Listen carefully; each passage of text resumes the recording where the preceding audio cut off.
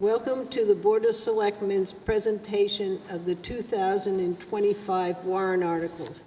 Before the board gets started, I want to remind the citizens that the deliberative session is scheduled for February 4th, 7 p.m. here in the Town Hall Great Hall.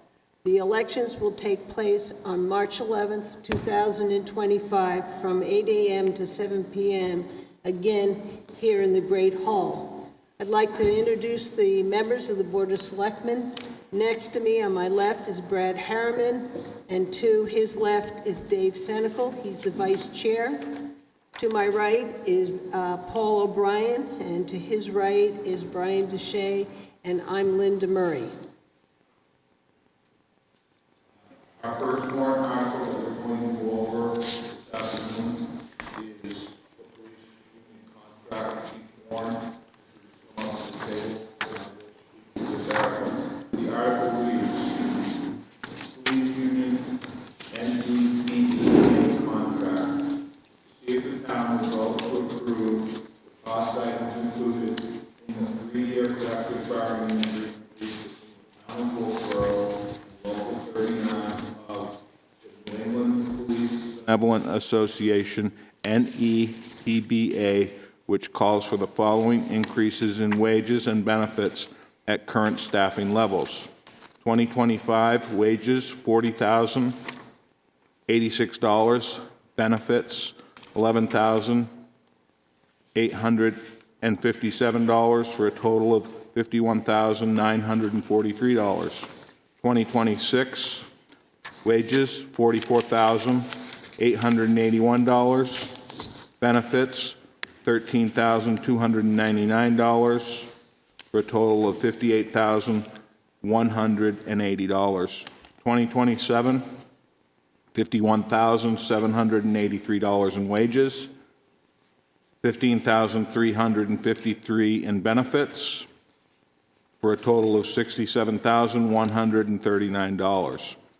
And further, to raise and appropriate the sum of $51,943 for the current year, such sums representing the additional costs attributable to the increases in wages and benefits required by the new agreement over those that would be paid at current levels. Estimated tax rate impact for 2025 is 2 cents per thousand of assessed valuation. This was recommended by the Board of Selectmen by a vote of 4-0. Dave Senecal is going to speak to this, and then to Chief Warren. Dave?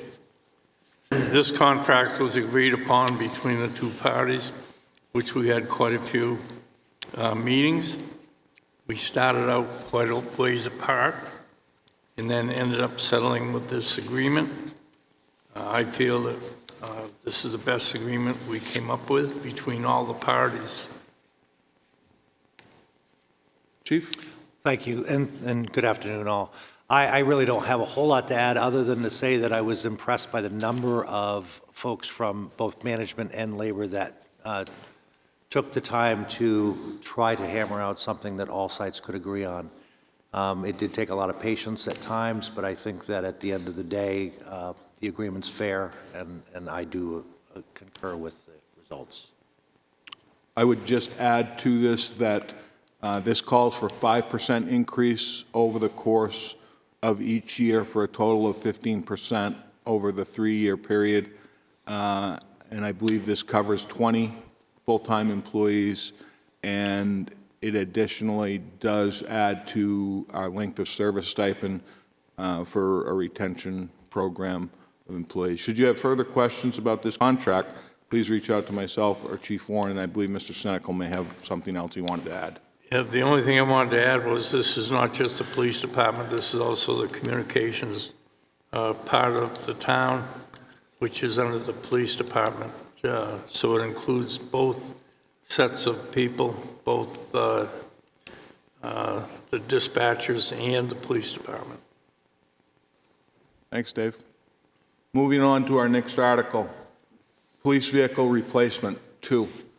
To see if the town will raise and appropriate the sum of $125,274 for the purpose of purchasing 2 police vehicles and for installation of the ancillary equipment, with $13,000 from the police detail revolving fund created by warrant article 23 in 2006, which is accumulated from the special detail with the remaining balance of $112,274 to come from taxation.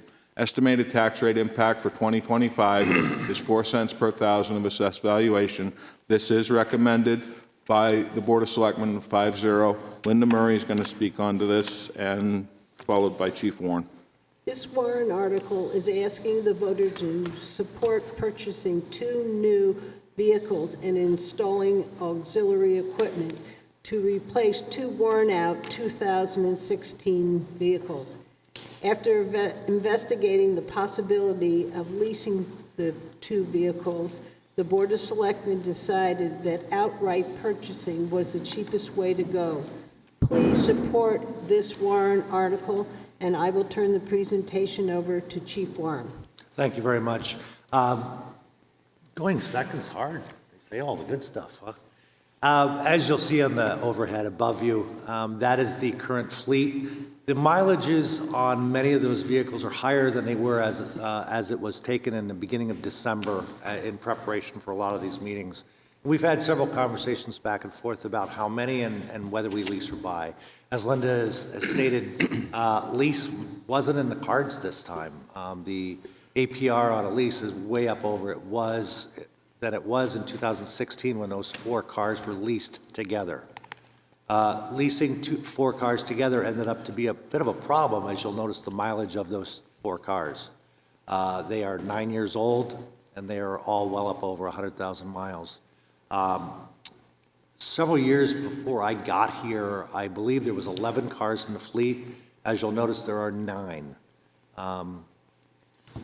My recommendation is 9 is appropriate, at least at this point in time in Wolfeboro.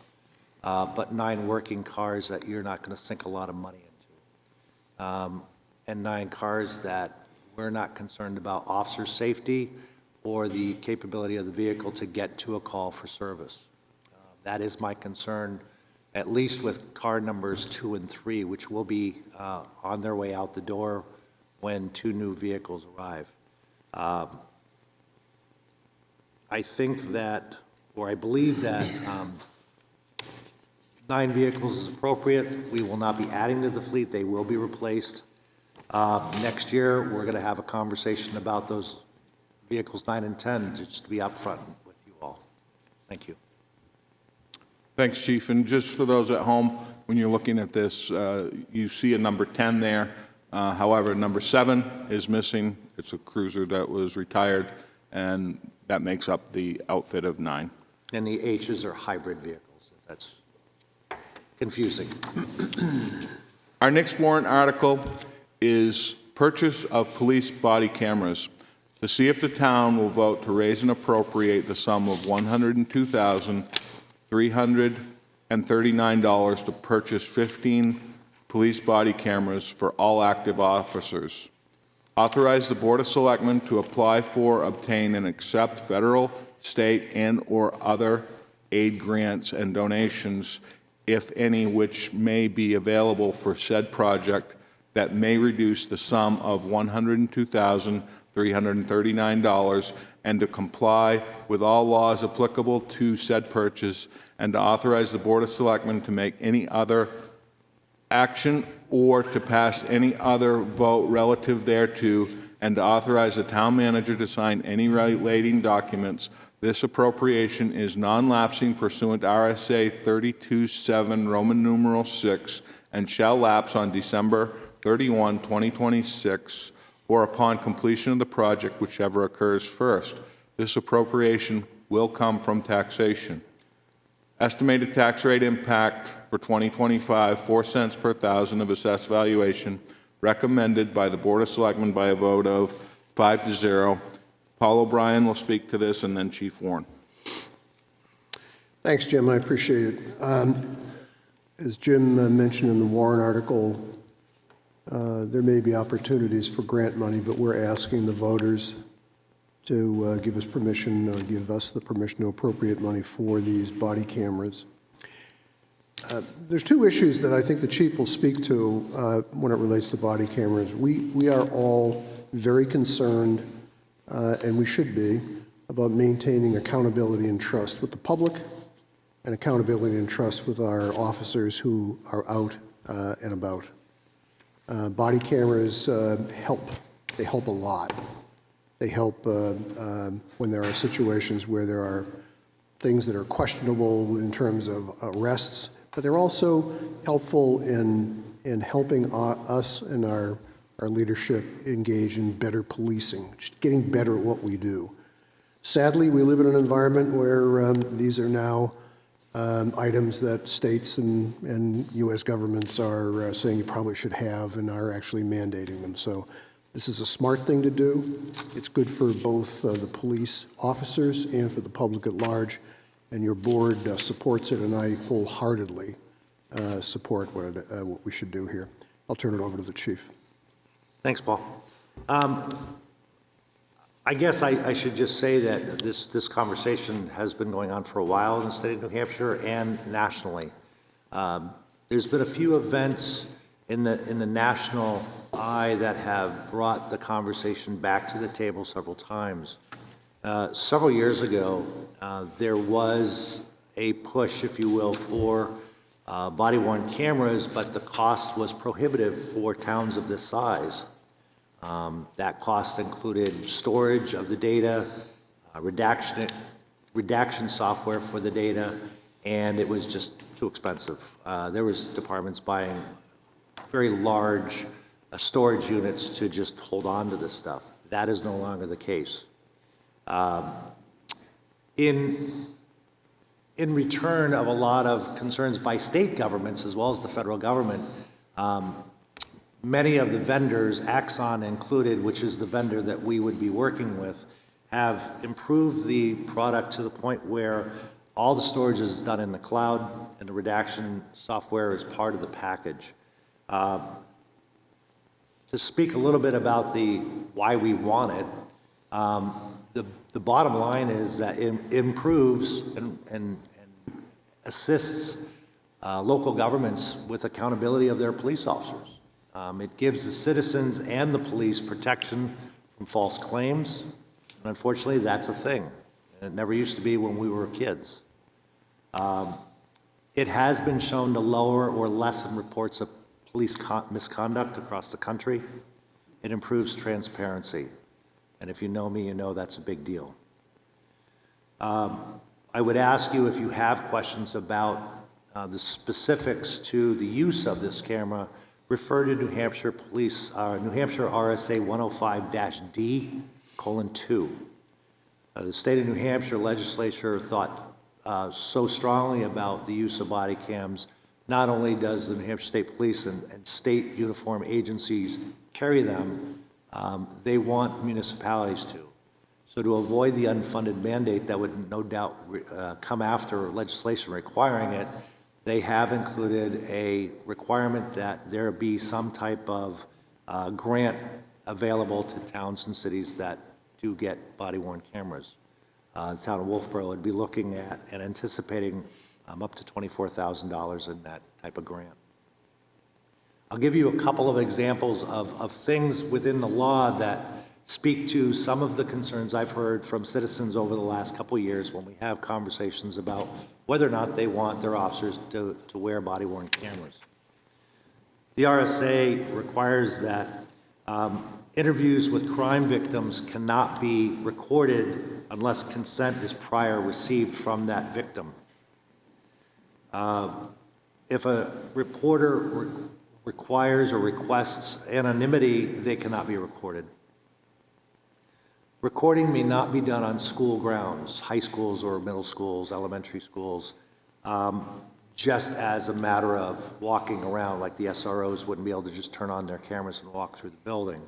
They would only be done with just when there's threats to the life or health in calls of service or for service. Recording may be refused if in a private place unless the officer is acting on a warrant. Access to recordings may only be done through my office. They're not public record. And the data is retained in the cloud for at least 3 years. It's not 30 days in and out like it once was. Those should respond to a lot of questions that people seem to have. I will also tell you that in probably 10, 15 years ago, when this was a hot topic, I was against it. I am 100% for it now. The reason why is because of the safeguards that have been put in place and the obvious need that I've seen over the years for it used in the state of New Hampshire. Thank you. Thank you, Chief. Our next warrant articles are for Municipal Electric. Barry Muccio, Director of Municipal Electric Department, and Jeremy Mitchell are here to speak on these articles. Our first article is Melody and Kenniston Island reconstruction. To see if the town will vote to raise and appropriate the sum of $525,000 for the purpose of reconstruction of the overhead electrical distribution system on Melody and Kenniston Islands, which supplies power to approximately 40 customers. This project will include new pole structures, 15 kV rated conductors, insulators, transformers, service conductors, and associated trimming to reduce outages and safety concerns at these locations. This appropriation is non-lapsing pursuant to RSA 32.7 Roman numeral 6 and shall lapse on December 31, 2026 or upon completion of the project, whichever occurs first. This project will be paid for by Municipal Electric Enterprise Fund and will not result in any increases in the tax rate. Estimated tax rate impact for 2025, 0 cents per thousand of assessed valuation, recommended by the Board of Selectmen by a vote of 5-0. Paul O'Brien is going to speak to this, and then Barry in conjunction with Jeremy. Paul? Jim, thank you. We're very lucky in the town of Wolfeboro. We have a municipal electric department. That electric department consistently operates on a very simple business metric, and that is they generate revenues from their rates, they pay all their bills, they set money aside for capital projects, and they have enough left over to do it all over again. We enjoy probably the lowest rates in the greater New England area, if not the lowest. And I think that'll happen to go on for a few more years, hopefully. What Barry is proposing is part of what I see as a long-term capital plan. You saw him doing work, or his team doing work, up on Main Street, redoing poles and infrastructure over the past several years. And now he's turning his attention, I think, to the last and the oldest infrastructure that he possibly has, and that is Kenniston and Melody Island. So I'm going to turn it over to Barry. And again, just to punctuate what Jim said, this is already in what you'd call the rate base. It has been paid for, and so there's no impact on taxes. Barry? Thank you, Paul. As you are aware, we've been converting the whole town to 15 kV standards here over the last 25 years, and like Paul mentioned, we are now completed with the larger projects. We're now getting out to some of the older stuff, the areas a little more remote, and that would bring up Melody and Kenniston, part of the Varney Islands, and we've had power out there, to my knowledge, probably since the early 40s. So we own the infrastructure out there. The customers have been paying customers for numbers and numbers of years, and we do have this obligation to maintain that infrastructure. With that, I'm going to turn it over to Jeremy Mitchell to speak on Melody Island, and then I will speak to Kenniston. Thank you, Barry, and good afternoon. So on this slide here, you'll see the approximate layout of the Melody Island distribution line, which is depicted in yellow. The pin on there that you can see represents the submarine cable feed, which is fed from Kenniston Island. So that just gives you a broad overview of the scope of the project. All right, so the number of customers that we serve on Melody Island is 20. and there are approximately 16 poles and associated equipment that will be replaced with all new material. This includes any service wire that we determine needs to be replaced. There's also 1,800 feet of conductor that is of modern style ACSR weatherproof wire that we'll be looking at and replacing as needed. We will be replacing 6 transformers with dual voltage transformers that will be compatible with any sort of future upgrade that may happen, voltage-wise. And challenges, of course, with island work, as you can imagine, comes with a unique set of challenges. Access, of course, being at the top. We will have to barge all the equipment and materials that we will need, will be needed to complete the project. And we know that we are going to run into ledge and rocks while trying to set new poles, but we'll be prepared to handle such. There will be challenges with this project, but we are planning and will be prepared to overcome them. So thank you. Thanks, Jeremy. On to Kenniston Island, similar vintage. The yellow depicts the existing pole layout. Go to the next slide, please. One of the big issues we've got on Kenniston is this riser pole where actually the cable comes out of the lake is in very poor condition. It's leaning, it's actually leaning now much more than this picture shows. It's probably at a 45-degree angle right now. It's in a tough spot. It sees a lot of wind. We've had trees down in that area that have really caused some damage. The cable is now in not the best condition. So that's one of the things we're going to have to address while we do the work out there. And this is my proposal to correct some of those issues with the pole. We want to put in a vault system with a sectionalizing cabinet along the shoreline in which we would directionally bore out into the lake. That would be the less environmentally impactful way to go about doing that. We're currently working on the permitting for that, and the DES is all for us doing it using that method, getting away from trying to set a pole right on the shoreline. And then we'll go probably 150 feet away from the shoreline and set the new riser pole from that location. Similar construction statistics, number of customers served, 16 poles, 2,100 feet of wires, 8 transformers. Again, the vintage is old. And the challenges, obviously, the same challenges that Jeremy mentioned regarding Melody of we know we have ledge. Everything we've set out there has been required a ledge rig. So barge work every day, ledge work. So both these projects will be funded from the existing electric department's unrestricted fund balance. So there will be no loan taken. There will be no bonds taken on this. It will obviously have no effect on the tax rate. These projects are funded by the electric department users, and we have built these projects into our existing rate. So it's not going to have any ill effect to future rates of the electric department. So with that, I would thank you and appreciate your support on these. Thank you.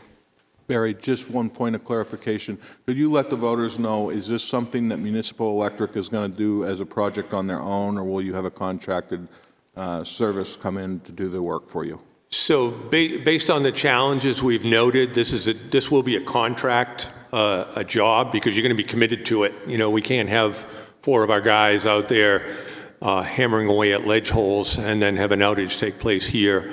It's going to take a commitment. And therefore, it would be a contract crew that could stay right on it and hopefully get it done within a 30 to 50-day time frame. So. Thank you. So this is Melody and Kenniston Island. We look forward to your support on this. The next electric department warrant article is the Armory interior ceiling.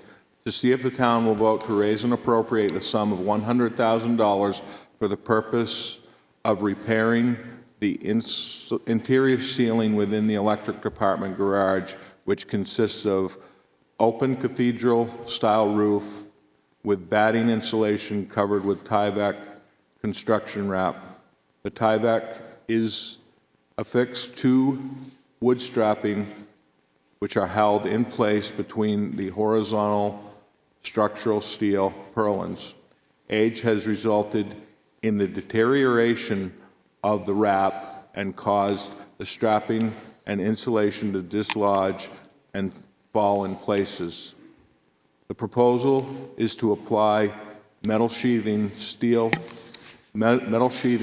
steel roofing panels with associated support structures over the Tyvek material and insulation to provide a code-compliant, stable, and aesthetically presentable finish. This appropriation is non-lapsing pursuant to RSA 32.7 Roman numeral 6 and shall lapse on December 31, 2026, or upon completion of the project, whichever occurs first. This project will be paid for by the Municipal Electric Enterprise Fund and will not result in any increase in the tax rate. Estimated tax rate impact for 2025, 0 cents per thousand of assessed valuation. Recommended by the Board of Selectmen by a vote of 5-0. Paul O'Brien and Barry Muccio are to speak to this. Paul? Thanks, Jim. Pretty straightforward for the voters. This is an example of a building where material is stored. I think if you look at some of the photographs in present condition, I think Barry and his team have done a pretty respectable job squeezing every inch of life out of this building, but it's time to spend some money. And as Jim mentioned, and Barry will probably re-mention, this has no effect on your tax rate, has no effect on your electric rate. The money is already in the unrestricted fund balance of the Municipal Electric Department. Barry? Thank you, Paul. Yeah, so we've done a lot of work at the Armory building when we moved in there 20 years ago. We've done exterior work, roof, windows. We've addressed the parking lot. I think the last thing I've got down there, when I go out into that garage, you look up and it's always like, what are we doing here? We've got Tyvek, which was in no way intended to be a finished surface, neither code compliant or even aesthetically, to that purpose. Recently, the past few years, we've actually had some of this insulation and the Tyvek fall down, and I think a picture probably says 1,000 words. If we go to the next slide, you can see this is what we're dealing with. We got these large bats of insulation that are falling out of the ceiling. The strapping that holds it up in there is fallen. We've obviously got to do something to make this code compliant. So this is an example of a roof system, a ceiling system, and I'm looking at putting in there, would put some support structures, would have basically it's an exterior style roofing, but installed in the interior. It's a much lighter gauge because it doesn't see the abuse from the exterior, but that would certainly brighten the building. It would make it a code compliant finish. We'd have to pad out all the electrical junction boxes, the lighting terminations, would have to lower them so we would not be burying them underneath this. But so that's the plan right there. This is an example of a sort of the finish I'm looking for. Nice, clean, bright, white ceiling. And again, project funding, it's going to be paid for by our unrestricted fund balance of the electric department. Therefore, there's no tax rate impact whatsoever. And again, these projects are currently going to be funded by our existing rate, so it doesn't represent a rate increase for that. So again, appreciate your support on this one. Thank you. Thank you, Barry. So those are the municipal electric warrant articles. Should you have questions regarding these, please reach out to Barry Muccio. He'll be able to answer anything that you may have. Jeremy, Barry, thank you very much. Thank you. Our next article is the library solar project. Allison Rutley, the librarian, is here, be able to speak to this. The article reads, to see if the town will vote to raise and appropriate the sum of $173,381 for the purpose of installing solar array and associated equipment on the Wolfeboro Public Library. The sum of $52,014 will be from taxation, with the balance of funds for the project to be through the acceptance of at least $121,367 from grants, donations, and rebates. Estimated tax rate impact for 2025, 2 cents per thousand of assessed valuation. Linda Murray will speak to this along with Allison. Linda? Yes. The library solar warrant article is asking the voters to support making the Wolfeboro Public Library electric use zero, which will be an annual operating budget savings. Of the $173,381 being requested, $121,367, or 70%, has been raised from grants and donations. Please support this warrant article, and I will turn it over to Allison Rutley, the library director. Thank you, Linda. Just to give a little background information, the 2020 library renovation and expansion project, the collective goal was to create an energy-efficient building that would ultimately save the Wolfeboro taxpayers money. The Wolfeboro Library Foundation donated the installation of also solar tubes to provide light during daylight hours, and also upgraded all the energy efficiency of our windows prior to the renovation completion. The foundation made these upgrades to ensure that the building powered all of our heating, cooling, and power by electricity. As you can see by the chart, our annual electricity costs are between $10,000 and $14,000. 2021 was $13,968, 2022 was $13,049, 2023 was $11,413. So the next slide actually gives a little overview of the solar system project. It's a 76 kilowatt system. There are 206 360-watt all-black panels which will be flush to the roof.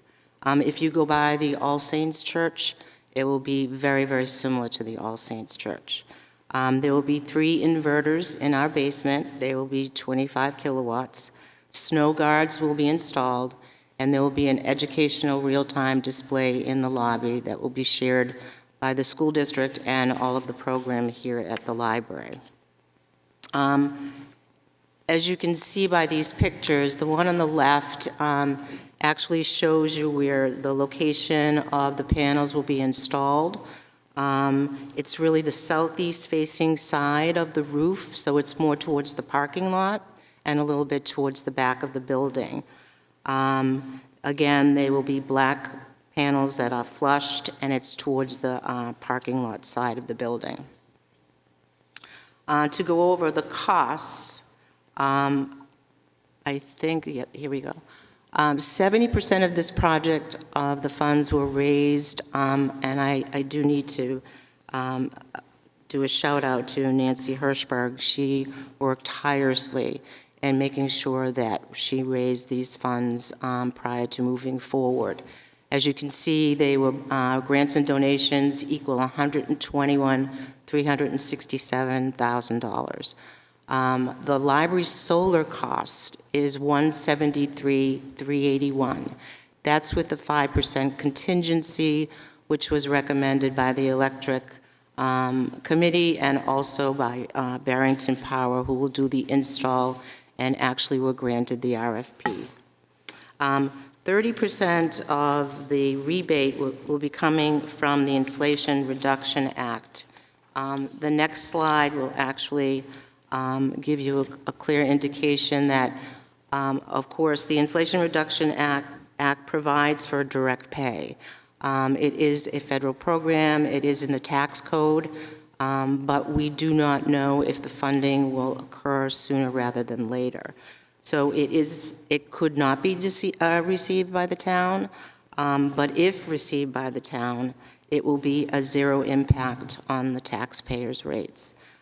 If we do not receive it, we want to be perfectly clear that the 52,014 will be something that we will need to pursue as a warrant article, and our hope is that it will be reimbursed, but you're never 100% guaranteed.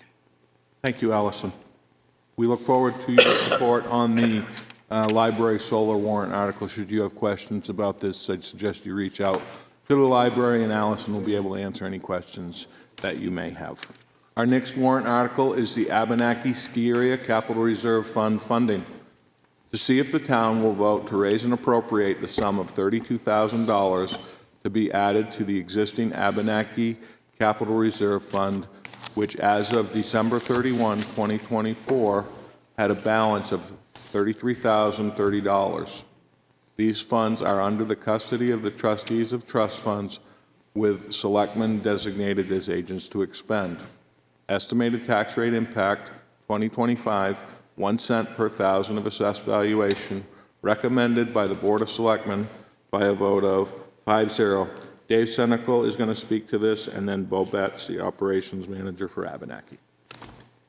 Yeah, this is an article that continues to add money to the Capital Reserve Fund at Abenaki. This is used to help fund equipment, such as ATVs, groomers, lights, poles, ropes, and so forth that need to be upgraded as it's needed. And we certainly would like your support on this article. Thank you, Dave. As many of you know, the Abenaki ski area is a very important part of our community. And with this Capital Reserve Fund, it helps us plan ahead to keep things running safely and smoothly. The Capital Reserve Fund helps us save money over time to replace key equipment that Dave had just mentioned, whether it be a groomer, four-wheeler, side-by-side, snowmobile. So that's key equipment to help Abenaki run smoothly. So this Capital Reserve Fund, again, helps us save money over time. So when these items do wear out, instead of facing a large unexpected expense at once, we have prepared for that expense. By saving smaller amounts of each year, we avoid any large financial surprises, and it also helps keep the budget stable. Supporting the Capital Reserve ensures that the ski area stays safe, reliable, and enjoyable for everyone without placing a sudden financial stress on taxpayers. We greatly appreciate the support on this warrant article, as it is crucial to keep Abenaki a strong staple in the community. Thank you, Bo. Thank you. We look forward to your support on this article. I would encourage people to go out to the Abenaki ski area some evening when it's operating. It is really quite the impressive location with the expansion of some additional trails, some snowmaking. It's a lot of fun out there, and it's a great family environment. So please support this article, and if you have questions, please reach out to Bo Betts. He will be able to answer anything for you. Our next article is ambulance service non-binding referendum. The article reads, are you in favor of the town of Wolfeboro establishing a fire department-based 911 ambulance service to become effective January 1, 2027, as outlined below? The program will authorize funding through separate warrant articles in 2025 and 2026.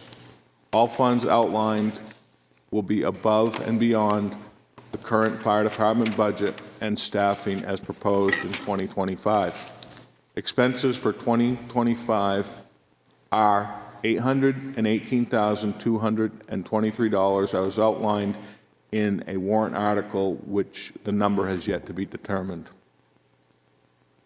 Expenses for 2026 are estimated at $1,402,905, which includes staffing costs as outlined in warrant article yet to be determined, funding to purchase a new fully equipped ambulance, hiring 3 additional employees, which include wages, benefits, and required equipment.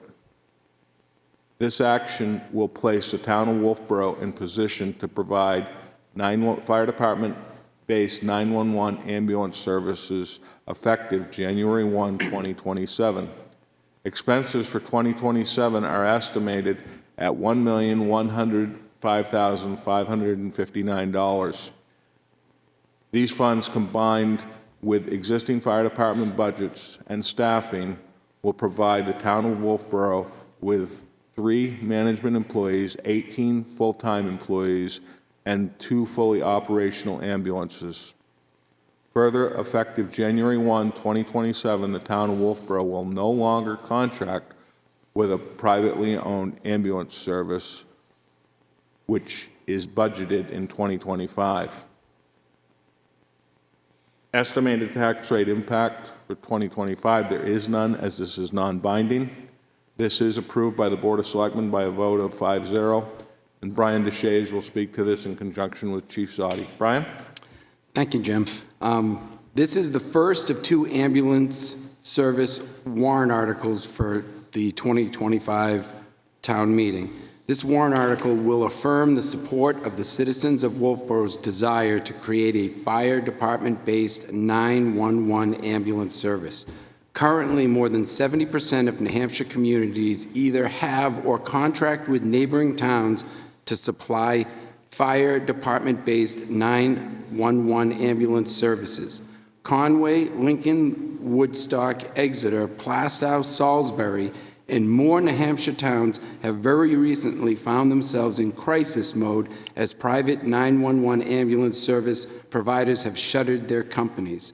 Deluzio Ambulance, Best Care Ambulance, Rockingham Regional Ambulance, Linwood Ambulance, and Care Plus Ambulance are all private ambulance companies who have stopped 911 ambulance services in the state of New Hampshire in the last few years. Wolfeboro will be best served by having our own fire department 911 emergency service. We will have the ability to control the vital emergency services that our citizens rely upon and desire. I'll hand this over to Fire Chief Tom Zadi for more details. Thanks, Brian.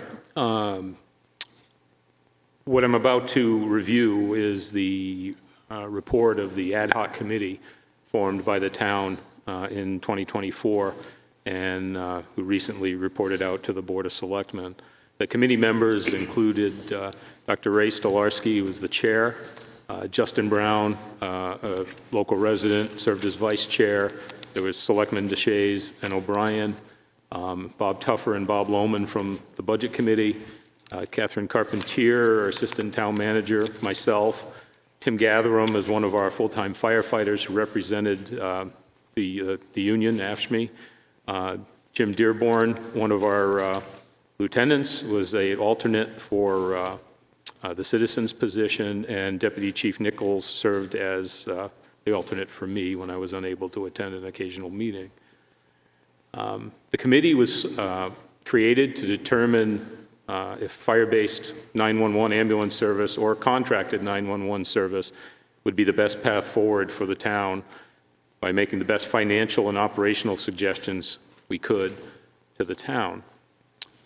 The situation we're in, how we got here, in early 2023, we approached Stewart's Ambulance, our then and current ambulance provider, about renewal of the contract at that time, which would have expired at the end of 2023.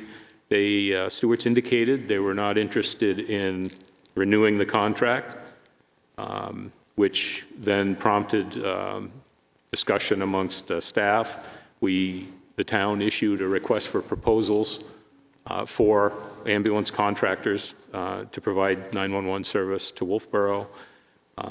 Based on the dollar figures involved in what we saw in the responses, staff began the discussion of, is this something we should keep in-house? That discussion evolved into the creation of the ad hoc committee and the study done by MRI, which both reached similar conclusions.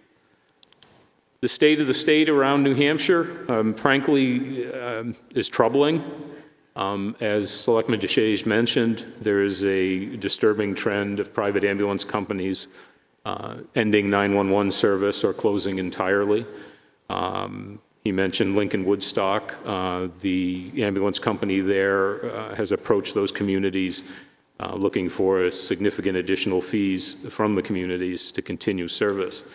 City of Berlin has recently began the transition to fire-based EMS after their longtime private provider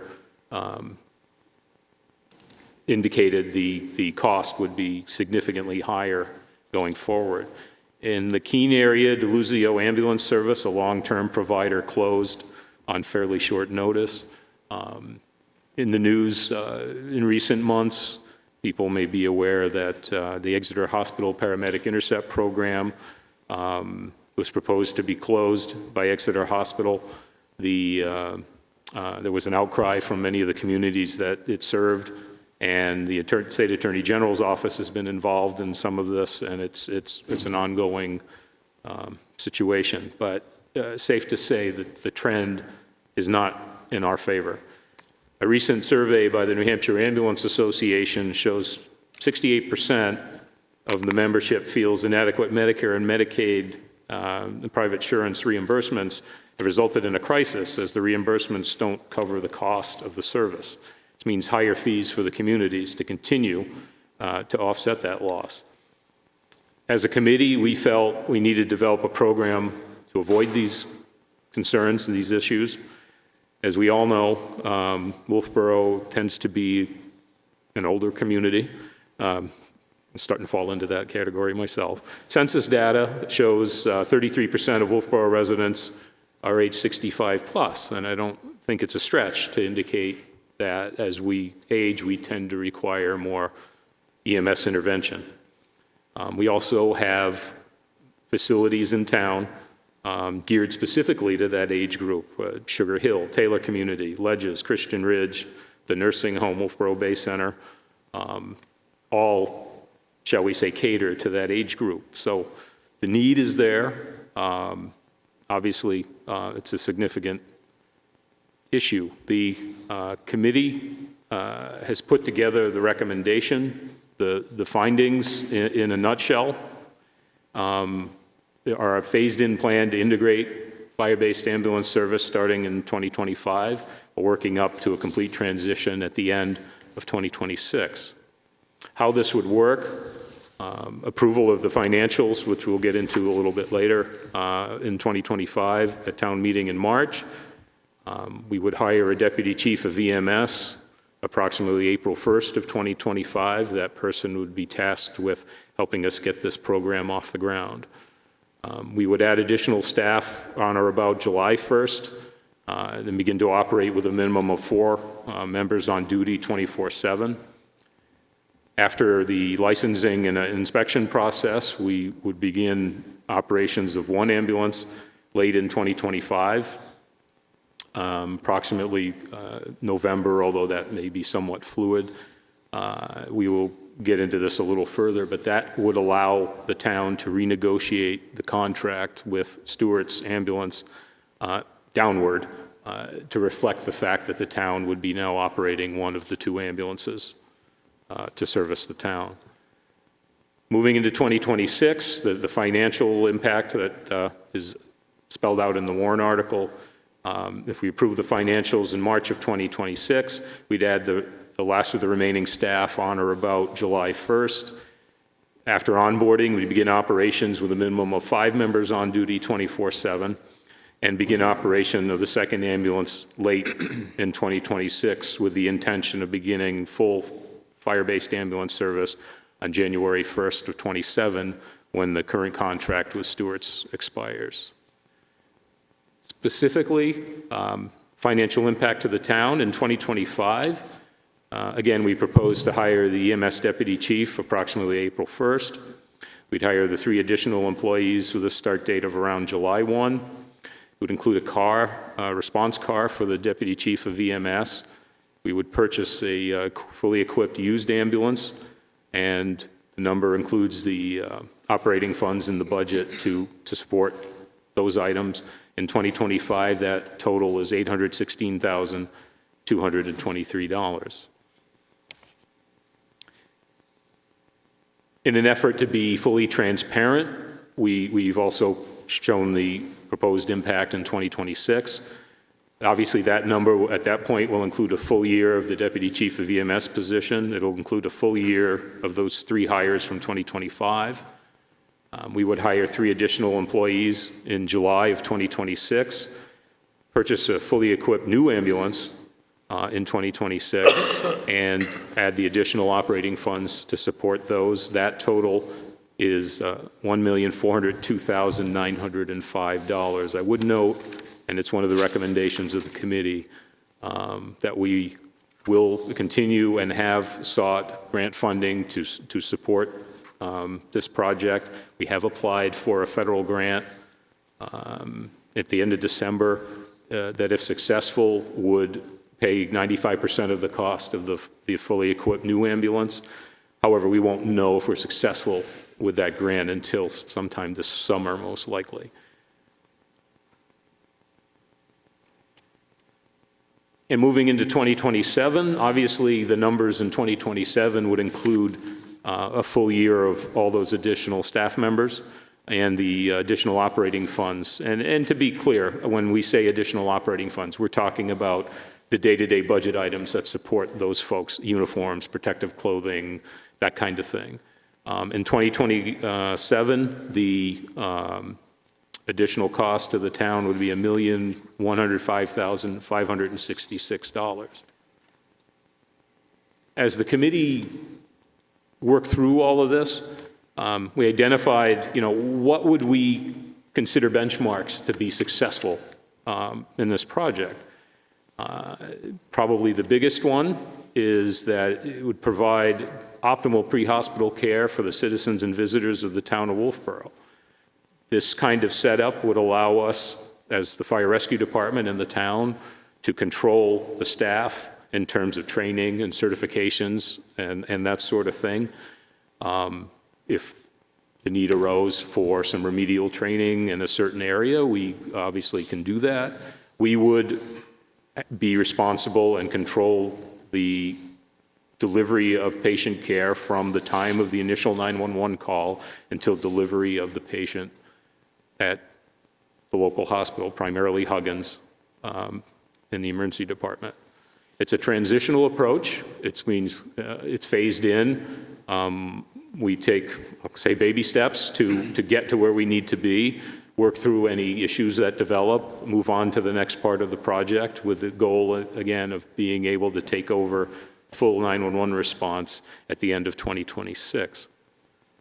Improve resources and safety across all services. One of the, I'll say, intangible benefits of this project, at full build-out with 5 people on duty, that's 5 cross-trained firefighter and medical providers on duty 24/7 to not deal just with medical issues, but with fire-related incidents and emergencies. Greater overall financial value. We certainly acknowledge that financially it's a big lift, particularly in the first few years as the program ramps up. The gains, as we mentioned, additional staff, control of the training and certification of the staff levels. We reduce and then eliminate our exposure to the potential for a private company to pull out on short notice, which has happened around the state of New Hampshire in the last few years, and gives us the ability to continue to provide the optimal level of care to our residents and visitors. So in the end, the committee specific recommendation to the Board of Selectmen was that the board adopt, support, and create relevant warrant articles for the 2025 town meeting in support of this project. Those articles are what we're discussing here today. The program would be phased in and fully transitioned to fire rescue operation of 2 ambulances by the end of 2026. Committee encouraged the town to pursue any available grant funding opportunities, and as I mentioned, we have done that and will continue to pursue any grant opportunities that become available. That is essentially the gist of the committee presentation, and I would entertain any questions or clarifications you might add. We did include the chart, although it's kind of hard to explain. You really have to see it.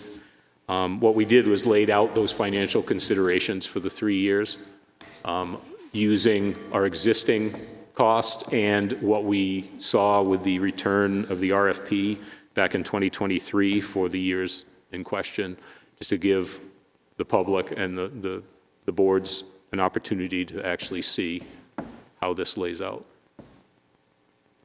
Thank you very much, Chief. The one thing I would add is Wolfeboro has not been immune to these EMS ambulance increases. If you recall, a couple years back, we were paying approximately $270,000 for ambulance services. In the 2025 budget, we are looking at $777,000 for ambulance services. So we have, as well as the town of Wolfeboro, seen these escalating increases to maintain the service based on what's going on in the private sector. Moving on to the actual funding for 2025 fire-based ambulance services. To raise and appropriate the sum of $816,223 to establish a fire-based ambulance service for the town of Wolfeboro.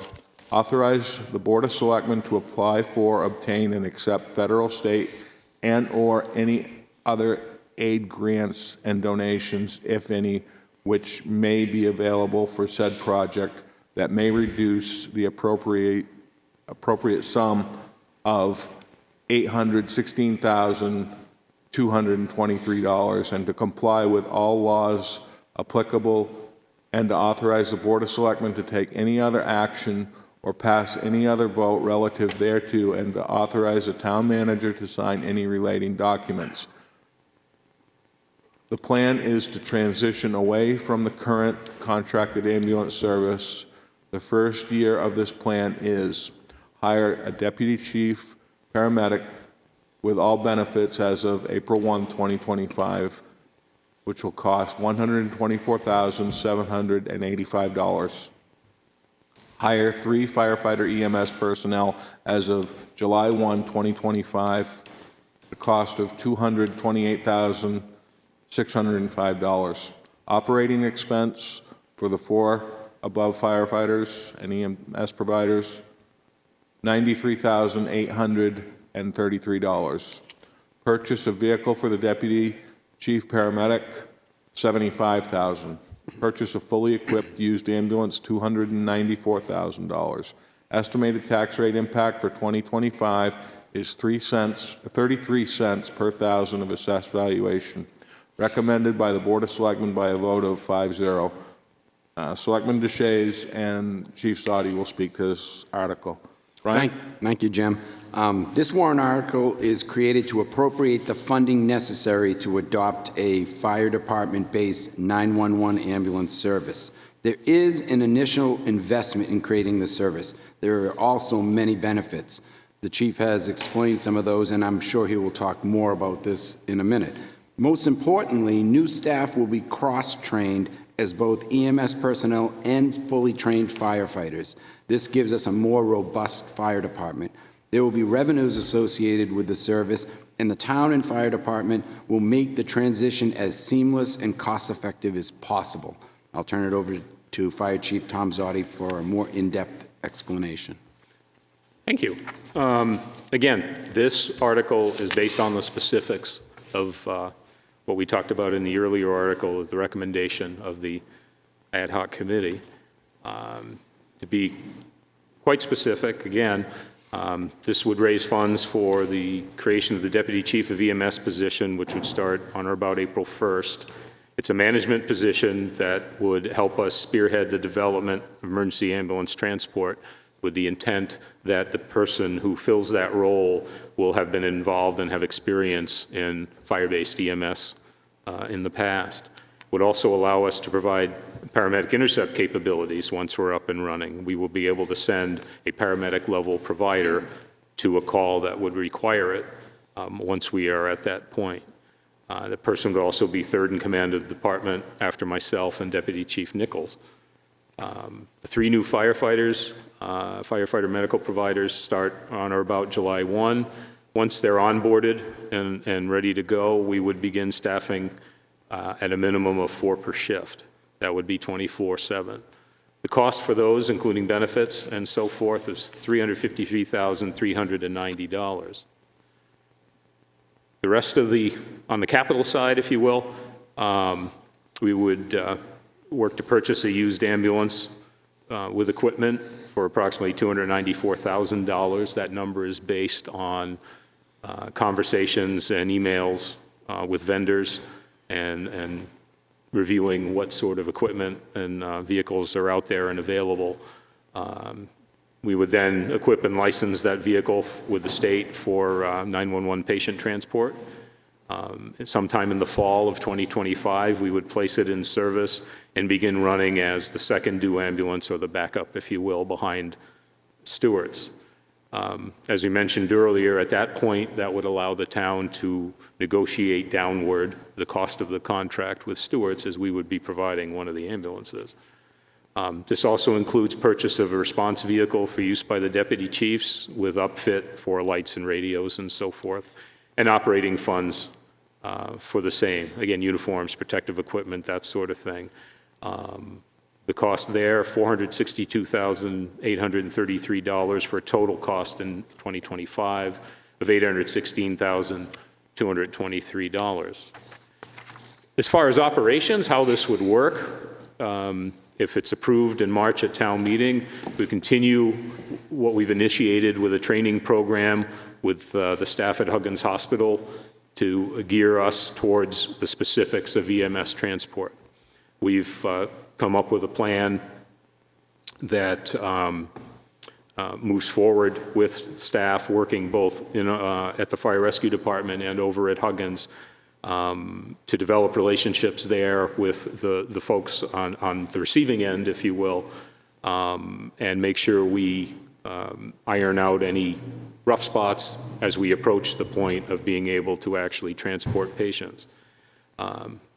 On the admin side, we would finalize our accounts and so forth with the Centers for Medicare and Medicaid Services, which would allow us to, in the future, begin to collect the revenue associated with ambulance transport.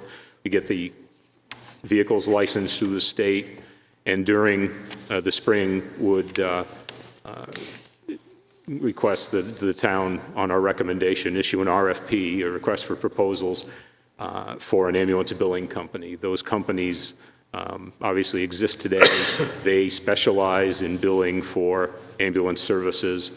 The benefit of doing that, and this has come up in conversation a few times, rather than training someone in-house for a lot of reasons, but most particularly, I think, is sustainability.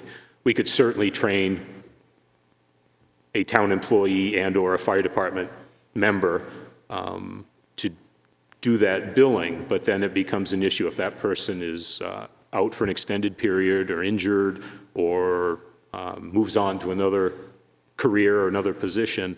We're starting from scratch. The sustainability is what we're looking for. We can also train with those billing companies to make sure reports are done in a way that's appropriate to maximize whatever revenue might be associated with that call.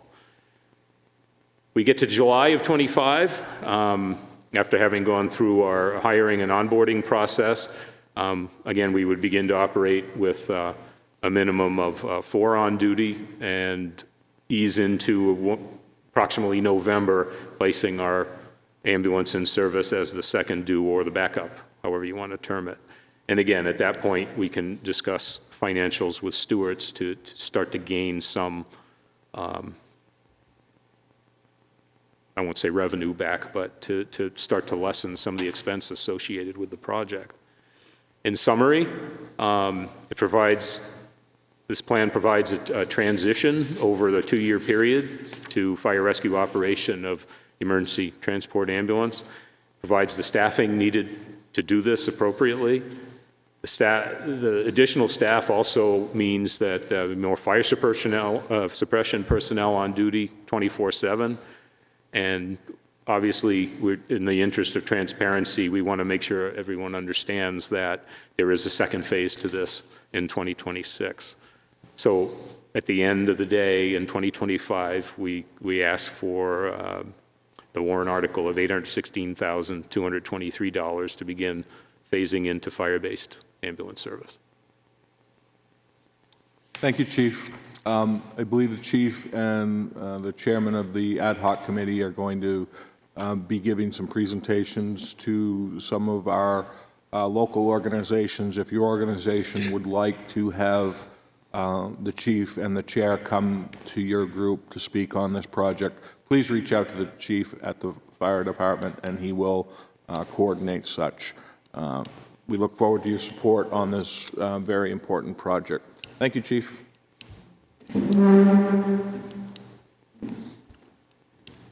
Our next article is town road upgrades. To see if the town will vote to raise and appropriate the sum of $900,000 for the purpose of upgrading and engineering town roads and drainage systems. This appropriation is non-lapsing pursuant to RSA 32.7 Roman numeral 6 and shall lapse on December 31, 2026 or upon completion of the project, whichever occurs first. Estimated tax rate impact for 2025 is 36 cents per thousand of assessed valuation, recommended by the Board of Selectmen by a vote of 5-0. Paul O'Brien will speak to this, and then the Director of Public Works, Steve Randall. Paul? Thanks, Jim. These are the roads we drive on. These are the roads that we have our favorite potholes. Roads break. A handful of years ago, the Board of Selectmen and the Public Works Director asked for an inventory of all of our 65-plus mile roads and asked for a sense of how those roads would be repaired in what sequence. Roughly speaking, a handful of years ago, we were told by the former Public Works Director that just to keep our head above water, we needed to make an investment of north of $1.1 or $1.2 million. That was in 5 years ago money. You see, and we all see, that our roads need to be maintained, and we need to keep treading water, if not trying to make progress towards keeping our roads in tip-top condition. Blacktop on a road is not necessarily the only thing you need to do. You need to look underneath the surface and make sure that the infrastructure down there is in good shape. You need to make sure that the drainage is right, and then you need to make sure that you pave it appropriately. What's in front of you is a warrant article to raise $900,000 from you to start the rebuilding of certain roads and parking lots. And Steve is going to share with you the details of that. The Board of Selectmen fully supports this. We believe that it would always be a great idea to put more money against this, but in the time of trying to do some rationing of capital, we feel that this is an appropriate money to move us in the direction of getting at least to parity and hopefully to moving forward. So with that, I'll turn it over to Steve. Thank you, Paul. As you touched on, we have approximately 67 and a half miles of roads. 14 of them are gravel. A lot of them have inadequate bases and drainage. So this is just the next phase in trying to bring those up to current standards. Everything that we have is based on our road surface manual that was completed in 2017. And what we're just trying to do is just start to pick away at it to get it to get us in a plan to go forward to really reclaim them better. So what we're going to focus on next year is a couple of the municipal parking lots that we have down by Linda's Flowers and the ones here at Town Hall. We're going to do the beginning parts of Union Street. A few years ago, we rebuilt the Maplewood subdivision off of Forest Road. Those have binder on them now, winter binder, and it is time to put the top coat on those to finish that job to completion. So that's where the Partridge, Maplewood, Berrywood, Jiminy, Deer Run, and Chipmunk come into play. We have a couple sections on Sewell Road that we're going to reclaim and bring up the road base to get it much more stable and improve the drainage. This will be phase one of Sewell Road, so that in 2026 we can top coat the entire road. Point Sewell off of Sewell Road needs a full reclaim, re-gravel, new drainage, and that will be done this year with the base.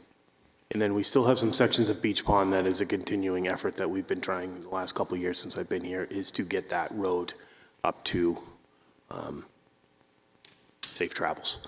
So we're going to do that, and then to shift gears a little bit on some of the preservation that I want to start to do so that we don't get to the point where we have to rebuild roads every 15 or 20 years. We're going to seal Middleton Road, which was rebuilt, I believe, about a dozen years ago.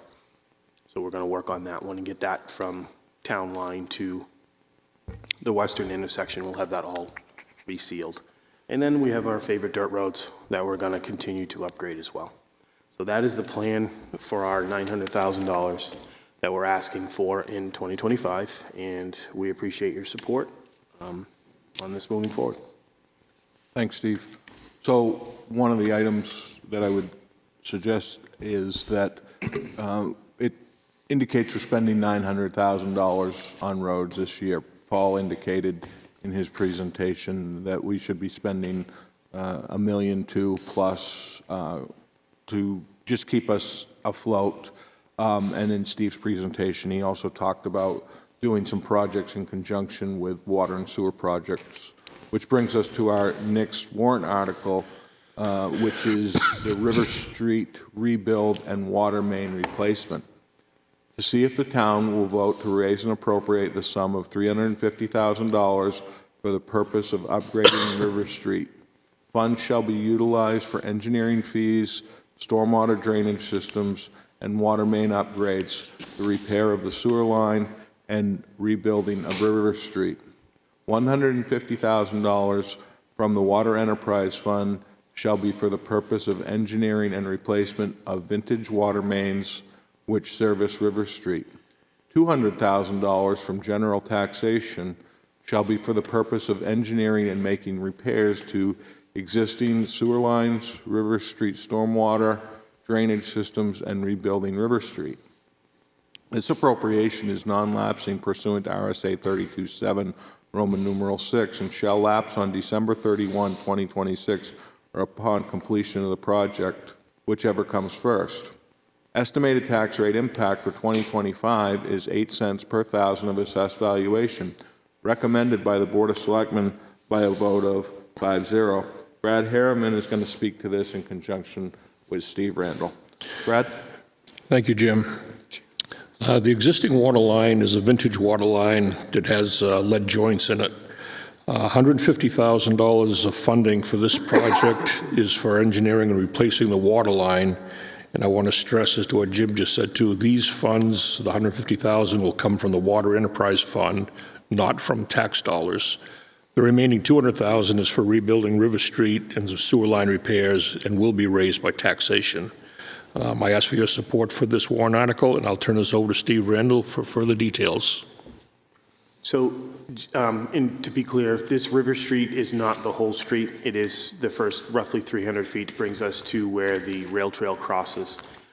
This is part of the original line that went in early on, and this was never upgraded when they moved the mains down the line and did the additional subdivisions out on that point. So what we want to do is get that up to par, get rid of the older lead joints that we believe are in there. And this ties back to something that Paul had said in the previous one. It's not just hot top that fixes a road. So what our goal has been over the last couple of years is we look at a road, we see what needs to be done, we tie that into a water or sewer project or drainage projects, and make sure that when we do the road, we build the road so we don't have to go back in and fix it again to replace a main or replace something else.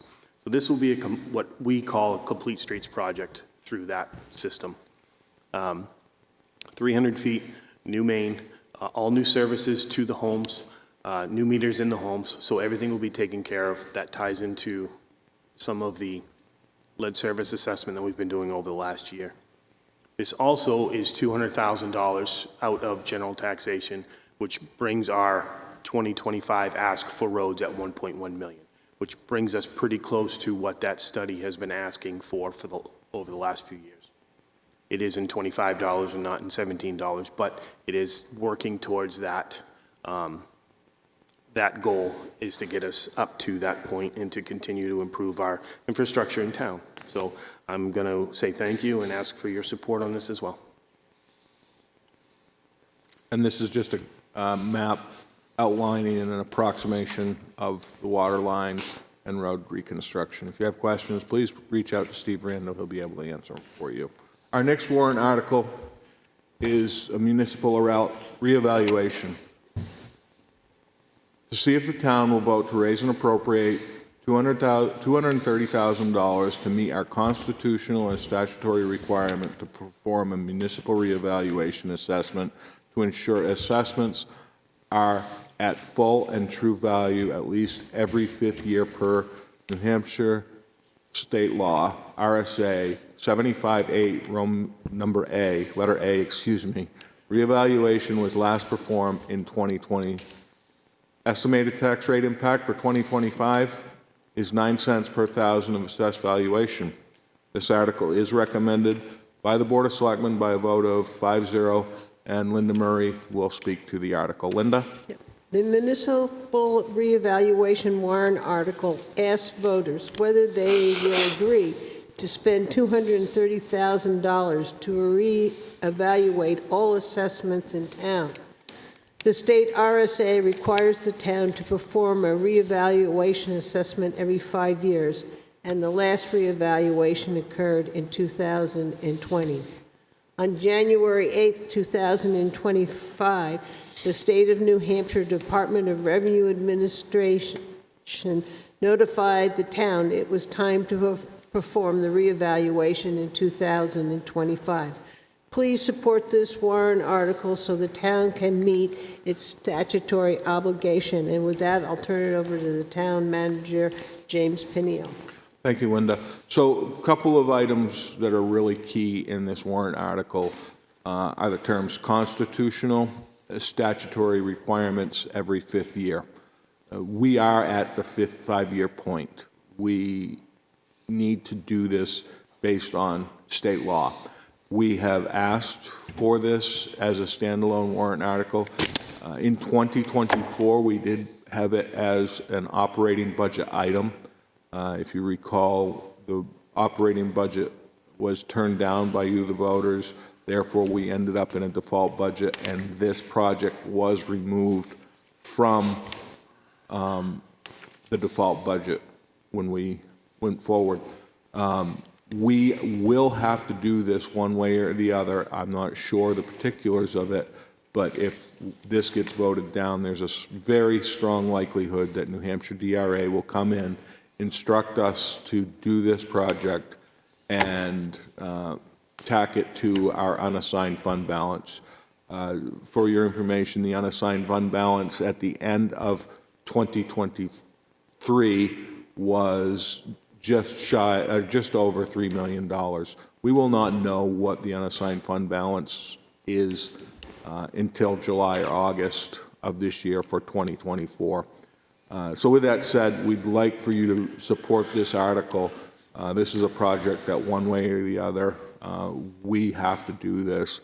And we also think it's really good for you to realize that this is something that's going to be going on when the mailings start coming out. So please support this. If you have questions, please reach out to myself or the assessing office, and we can try to answer those for you. Thank you very much. Our next warrant article is evaluations and repairs of small sewer pump stations to see if the town will vote to raise and appropriate the sum of $100,000 to perform an evaluation to dictate the most effective path forward for scheduling repairs, replacement, and maintenance. This appropriation is non-lapsing pursuant to RSA 32.7 Roman numeral 6 and shall lapse on December 31, 2026 or upon completion of the project, whichever occurs first. This appropriation will come from taxation. Estimated tax rate impact for 2025 is 4 cents per thousand of assessed valuation, recommended by the Board of Selectmen by a vote of 5-0. Brad Harriman and Steve Randall will speak to this article. Brad? Thank you, Jim. There are 9 sewer pump stations in the town. The 2 major ones are being addressed now, which are on Lana Street and Mill Street. The 7 remaining pump stations are smaller stations that feed various sections of the town to the 2 major pump stations on Lana Street and Mill Street. These smaller stations are in need of various repairs and upgrades. I ask for your support for this warrant article, and I'll turn this over to Steve Randall for further details. Very well said, Brad. As you said, we have 7 left that have not been assessed or any future planning done with. So that is the goal of this. 1, to keep them running, but 2, to get a true assessment so that we can start to prioritize the ones that need to be replaced when they need to be replaced, so that we can start to work on the budget going forward. These are critical infrastructure. We cannot afford to have them break down at any time. So again, I appreciate your support going forward. Thank you. Our next article is wastewater treatment plant capital reserve fund funding, to see if the town will vote to raise and appropriate the sum of $175,000 to be added to the existing wastewater treatment plant capital reserve fund, which as of December 31, 2024, had a balance of $227,921. These funds are under the custody of the trustee of trust funds or the Board of Selectmen designated as agents to expend this capital reserve fund. This appropriation will come from taxation. Estimated tax rate impact for 2025 is 7 cents per thousand of assessed valuation, recommended by the Board of Selectmen by a vote of 5-0. Linda Murray and Steve Randall will speak to this. Linda? Yes, this warrant article asks voters to add $175,000 to the wastewater treatment plant capital reserve account. Since 2007, the town has used a phased approach to upgrade the wastewater treatment plant. In 2007 and 2008, the town changed the treatment process. In 2010, the headworks were upgraded, and in 2012, spray buildings were repaired. In 2013, this capital reserve fund was established to make repairs and improvements to the plant.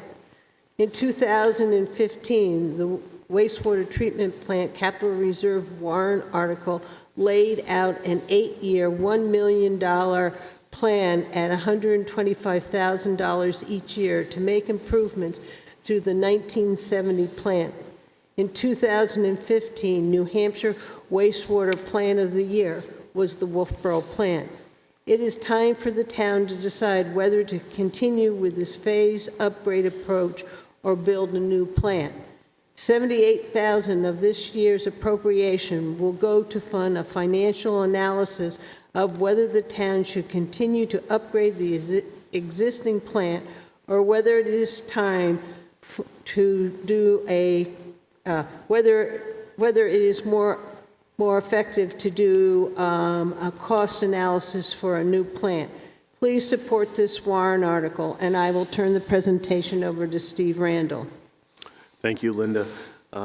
As you stated, $78,000 that for the plant eval, along with regular upgraded maintenance between pump rebuilds, working on the spray fields. We need to redesign the catwalk that had collapsed a few years back up at the lagoon. And they have some more electrical upgrades that they wish to do with this. So this, we have a contracted operator of Wood and Kern who does a fantastic job out there. They're really a great crew, and they put together a good presentation, and they've run the plant very well. So I thank you and hope for your support.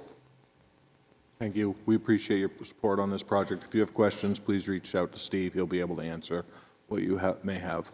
Our next article is pressure relief valve and vault for South Main Street Water Tower, to see if the town will vote to raise and appropriate the sum of $100,000 to replace the existing globe valve and pressure relief valve, PRV, and accessible vault to increase fire flow in the South Main Street zone.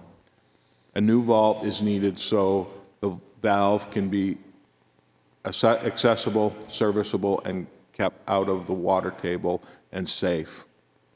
This appropriation is non-lapsing pursuant to RSA 32.7, Roman numeral 6, and shall lapse on December 31, 2026, or upon completion of the project, whichever occurs first. This project will be paid for by the Water Enterprise Fund and will not result in any increase to the tax rate. Estimated tax rate impact, for 2025, 0 cents per thousand of assessed valuation, recommended by the Board of Selectmen by a vote of 5-0. Dave Senical and Steve Randall will speak to this. Dave? Yeah, this is a maintenance situation where we need to replace the valve, as it says, to be more accessible and serviceable so that we can work on it when it's necessary. This is a very important valve in that it equalizes pressure in the tank and on the South Wolfeboro water line. And as it says, it's for, helps for fire protection in the future. Again, no tax dollar impact. Turn over to Steve for anything else. Thanks, Dave. This originally came about when we did our assessment of the plant a few years back, and we were hoping to have this done with the plant upgrade. After the original pricings from the plant work came into play, this had to be removed. So now we're trying to get this back in so we can get this project done to really make sure that all those valves all the way down through there are serviceable and everything is working the way that it's supposed to. Thank you for your support. Should you have questions, please reach out to Steve. He'll be able to answer them for you. Our next article is the water treatment plant upgrades. To see if the town will vote to raise and appropriate the sum of $100,000 to continue yearly maintenance of the water treatment plant facility. This appropriation is non-lapsing pursuant to RSA 3276 and shall lapse on December 31, 2026, or upon completion of the project, whichever occurs first. This project will be paid for by the Water Enterprise Fund and will not result in any increase in the tax rate. Estimated tax rate impact for 2025 is 0 cents per $1,000 of assessed valuation. This is recommended by the Board of Selectmen by a vote of 5-0. Brad Harriman and Steve Randall will speak to this. Brad? Thank you, Jim. The town just finished the filter rehab project at the water treatment plant. The asset management plan has identified various projects and maintenance things to address next here. This is funded by the Water Enterprise Fund, so there is no impact on the tax rate. I ask for your support for this warrant article, and I'll turn this over to Steve Randall for further details. Thank you, Brad. The water plant, along with our sewer plant, are really the hearts of our infrastructure in town. And to keep them going, we need to continue to do work on them. We have a very good asset management plan that was created a few years back for this particular plant. And this is just continuing on that list. It covers roofs and doors and the normal wear and tear items on a facility such as this. So I appreciate your support and thank you very much. Steve, just to be clear with the voters, a couple years ago, we appropriated $1.5 million for the purpose of upgrades at the plant. That was specific to the filtration system, correct? Yes. And this is work outside of the filtration system with the electronics, valving, and building components rather than the filtration system itself, correct? Correct. We finished the plant, the filter upgrades this year. This is strictly, as you said, electrical pumps, anything else regards to run that plant. Thank you. So we'll move on to our next article. Public Works Vehicles and Equipment Replacement Capital Reserve Fund funding. To see if the town will vote to raise and appropriate the sum of $380,000 to be added to the existing Public Works Vehicle and Equipment Capital Reserve Fund, which as of December 31, 2024, has a balance of $184,888. These funds are under the custody of the trustee of trust funds with selectmen designated as agents to expend. Estimated tax rate impact for 2025 is 15 cents per thousand of assessed valuation. Recommended by the Board of Selectmen by a vote of 5-0. Selectman Shays and Steve Randall will speak to this. Brian? Thank you, Jim. Everyone who lives in Wolfeboro benefits from well-maintained roadways, sidewalks, bridges, and other infrastructure. Proper functioning vehicles and equipment are very important and necessary for the completion of the projects for the infrastructure. I will now have Director of Public Works Steve Randall explain more about this fund and what it does for his department. Thank you, Brian. So this Public Works Vehicles Equipment Replacement Fund is not just the Highway Department. It covers the Public Works Garage, the Solid Waste Department, and the Buildings and Grounds Department. So over the next 10 years, I've created a replacement plan. At any given time, with today's dollars, we have between $4.5 and $4.6 million worth of equipment that needs to be replaced as it ages out. This plan is just another year in that. The goal from day one for us has been to come up with a dollar amount that we feel comfortable with to going forward over the next decade that does not spike. So some years we will spend less, but we're going to ask for more. And then other years we will spend more, but we're going to ask the same. And that goal is to get that, so our ask over the next decade will say, we'll increase a little bit, but our spending is going to do this. So that will allow me this year, for example, I'm going to ask for $380,000. I'm going to spend $385,000. Next year, I'm going to ask for $390,000, and I'm going to spend $575,000. So the cost of this machinery is tremendous. And, you know, what we're looking to replace next year, HD7 and HD9. HD7 is 22 years old. We've already done one motor on it. It's in the garage right now, so we'll see where that goes. They see the worst of the worst. They're out in the worst temperatures, the worst weather, and they're the lifeblood of what we do. And we don't have a lot of extra stuff. They all get used.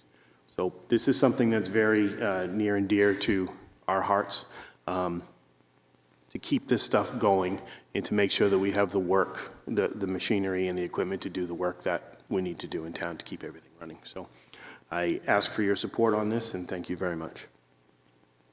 Thanks, Steve. And this is contemplated annually in the CIP project, and we've revisited this a number of times. I would encourage you to look at the CIP documents, which are on the webpage, and this is scheduled replacement of this equipment. And should you have questions, please reach out to Steve or his staff. He'll be able to help answer questions for you.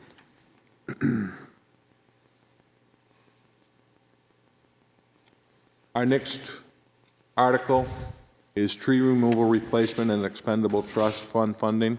To see if the town will vote to raise and appropriate a sum of $25,000 to be placed in the existing tree removal replacement expendable trust fund, which as of December 31, 2024, has a balance of $55,732. Funds are under the custody of the trustee of trust funds with selectmen designated as agents to expend. Estimated tax rate impact for 2025, 1 cent per thousand of assessed valuation. This is recommended by the Board of Selectmen by a vote of 5-0. Linda Murray will speak to this in conjunction with Steve Randall. Linda? This warrant article asks voters to add $25,000 to the Tree Expendable Trust Fund. These funds will allow the town to continue to take down dead trees and plant new trees. Please support this warrant article in March, and I'll turn the presentation over to Steve Randall. Thank you, Linda. This is a continuation since I've been here for the last couple of years. There is a plan in place to do some plantings in the spring. I know they were hoping to get to them this fall, and we just couldn't make that happen. But we do have a plan in place for, I believe it's 25 trees to plant in the spring. We did present that before the board a few months back, so they should be able to find that. And we just want to continue to go. We're making some really good progress based on the Bartlett Tree Service manual, and we just continue to work on that and trying to get the dead trees out and make them safer and go from there. So thank you for your support. Thanks, Steve. Our next article is Public Safety Building Final Upfitting Costs. To see if the town will vote to raise and appropriate the sum of $175,000 for the purpose of final upfitting of the Public Safety Building project and to authorize the use of that amount of December 31 restricted fund balance for this purpose. The amount represents the interest earned on bond proceeds for the public safety building project. Estimated tax rate impact for 2025 is 0 cents per thousand of assessed valuation. This is recommended by the Board of Selectmen by a vote of 5-0, and Paul O'Brien will speak to this, and I'll follow him up. Paul? Thanks, Jim. This is pretty straightforward. When we build a building, or when we build our house, or when we buy a house, or when we rent a house, we have to put furniture in it, we have to put things in it. And that's what the purpose of this warrant article is to do, is to provide some final upfitting for materials. There are some things that have to go outside of the building, and Jim will talk about that. There are some things that will ensure building safety and security, and Jim will talk about that. So straightforward, upfitting the interior and the exterior of the building beyond the construction of the actual physical facility. So with that, I'll turn it over to our town manager. Thanks, Paul. Yep. So this spreadsheet here quickly outlines a cost of $198,454 in expenses associated with upfitting of the public safety building. We've been fortunate enough to utilize some end-of-year's budgets within the departments to be able to get a lot of the upfitting done. However, there's still work that needs to be done. Some of the really critical items are the hose tower upfitting. We were hoping to be able to utilize the infrastructure from the old hose tower, but we're not able to do that. So that's $63,237. A building access system, that's key fobbing to be able to control access to secure parts of the building. That's estimated at $27,000. And then there's a fence which will go from the area of the carport around the back of the building to where the generator is, and then along the back of the building toward the library to the dumpster area. This fence, one of the interesting things about this site is once we cleared out the back of the lot, it actually opened up significantly to the neighbors. So we feel that it's really important, based on the traffic that will be going around that building for the operations of fire and police, that there needs to be some light protection, which would be fencing with some slats, and it would be a 6-foot tall fence. Additionally, we put a fence around the generator and a small impound lot, and this would button that up for $40,000. And the last item would be some gym equipment. We did put a small fitness area into the public safety building. This will be accessible to all town employees, and that is currently estimated at $35,000. We look forward to your support on this. If you have questions about it, you can reach out to myself, the fire chief, or the police chief, and we look forward to getting this project put behind us in the June timeframe. Our next warrant article is discontinuation of capital reserve funds. The article reads, to see if the town will vote to discontinue the following: 2001 Parks and Rec Fossfield Building Capital Reserve Fund, $371. 2001 Town Office Facility Capital Reserve Fund, $207. 2002 Wolfeboro Public Library Public Capital Reserve Fund, $20. 2015 Abenaki Lodge Capital Reserve Fund, build the Four Season Lodge, $2,693. Said funds and accumulated interest to date of withdrawal are to be transferred to the municipality's general fund, unassigned fund balance.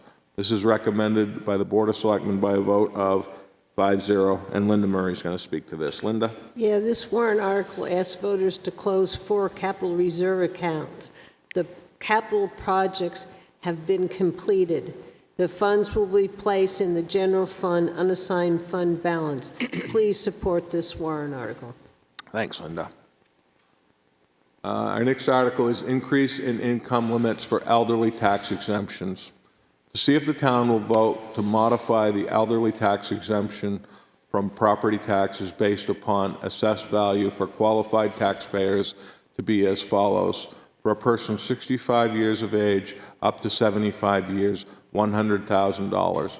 For a person 75 years of age up to 80 years, $150,000.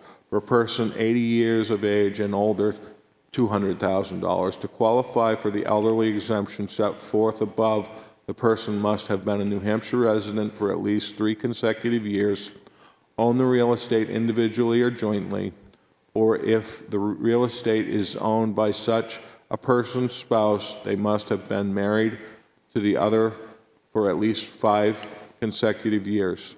In addition, the taxpayer must have a net income not more than $35,300, or if married, a combined net income of less than $47,100, and to own assets less than $100,000, excluding the value of the person's residence.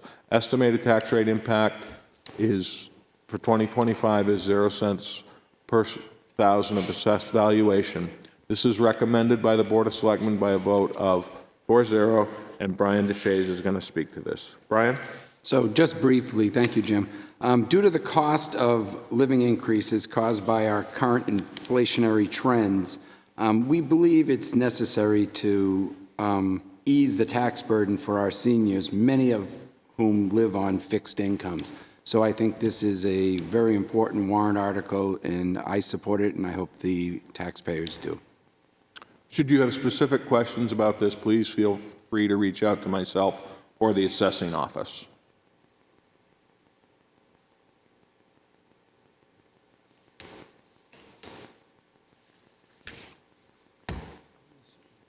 Our next article is the Libby Museum renovation. To see if the town will vote to raise and appropriate the sum of $350,000 for the purpose of engineering and stabilizing repairs to the museum building and to secure cost estimates for further building renovations and repairs. This appropriation is non-lapsing pursuant to RSA 32(7), Roman numeral 6, and shall lapse on December 31, 2026, or upon completion of the project, whichever occurs first. Estimated tax rate impact for 2025, 14 cents per thousand of assessed valuation, recommended by the Board of Selectmen by a vote of 5-0. Paul is going to speak to this. Paul? Yeah, thanks, Jim. This past summer, the Libby Museum was closed by a vote of the Board of Selectmen. The reason it was closed is there was mold and moisture and nasty things in the building. Additionally, it was observed that the rear of the building structurally had some, at that time, challenges. We also observed leaking of water coming into the back corner of the building, what is called the north wall. For those of you who go down there, it's the wall of the building that faces the parking lot. In the fall, the town retained a structural assessment team who came in and looked at the building. The report has come back. The report basically says that the building, and the word collapse was used in that report. The building is structurally in trouble. We have a collection of Dr. Libby and others in that facility. We believe that we can't go into that facility and remove that collection until the building is structurally braced. Your vote on this warrant article will provide funds to determine how much money we need to actually put against structurally bracing the building, as well as removing the collection. The collection removal is pretty well known from a cost point of view, but the structural issues are not. And the reason they're not is we have a historic building that needs to be treated as a historic registered building. A yes vote on this warrant would provide the funds to brace the building, remove the collection safely, and store it. as well as provide a modest sum to start the process of determining what the next steps are for the levy. No vote would require us to potentially go to the Attorney General's office and seek further guidance, since this building is a museum and it is under a trust agreement with the town. The board encourages you to think positively about that, this warrant article, and we hope for your support. With that, I'll turn it over to Jim. So quickly go over a couple of items. This is an excerpt from the H.L. Turner report, which came out in late December. Basically, these are required structural repairs that are needed to initiate reoccupying the building. We need to replace all columns along the north wall and repair the wall. Add and replace top and bottom sill plates. Replace broken floor joists. Replace cracked beam shims and plumb concrete piers as needed. Foundation crack repairs. Upgrade and repair roof framing and roof, and replace the uneven roof. Go through a couple of pictures. This lays out some of the floor joists, which are separating, some of the shimming which is taking place under some of the concrete piers, which are very shallow. Here you can see some exhibits of the roof, which appear to be moving based on the waving of the roof, on the metal roof seams over the building. And this is the back of the building, the north wall, as Paul referred to. When we opened up the north wall, it was basically determined that some of the columns had rotted to the point of they're not really doing a whole lot to hold the building up. These documents are available on the town website at the link to the bottom left of the screen. So please support this article. We do anticipate with this money we will be able to shore up the building to a level of getting the artifacts out of the building, and to as well be able to get an estimate to be able to fix the building. That way, when we're in front of you next year, we have the actual cost of what it's going to take to fix this building. Look forward to your support. If you have any questions, please reach out, and we can try to answer them for you. Our next article is the ASME union contract, to see if the town will vote to raise and appropriate the cost items included in the 3-year collective bargaining agreement reached between the Board of Selectmen and Local 534 of the American Federation of State, County, and Municipal Employees, ASME, which calls for the following increases in salaries and benefits at current staffing levels. Year of 2025, $128,928 for benefits of $27,110 for a total of $156,038. 2026, $131,768 in wages, $28,532 in benefits for a total of $160,300. 2027, $120,036 in wages, $29,734 in benefits for a total of $149,770. And further, to raise and appropriate $156,038 for the current year, such sum representing the additional cost attributable to the increase in wages and benefits required by the new agreement over those that would be paid at current levels. Estimated tax rate impact for 2025 is 6 cents per thousand of assessed valuation. Recommended by the Board of Selectmen by a vote of 5-0. Dave Seneca will speak to it. Dave? Yeah, again, this was quite a few meetings between the Selectmen and the ASME group. This group also includes the firefighters that were not in the group in the past. So that's why some of the wages and stuff have some increases. I'll turn it back to Jim. Yeah, so this contract mirrors the police department contract, 5% per year over a 3-year period, creates parity amongst the two units as far as wage increases. As well, we did issue 5% wage increases to non-union staff in the proposed budget. This, I believe, represents approximately 48 employees. It does increase in year one. It increases the entry-level wages by a 5% COLA.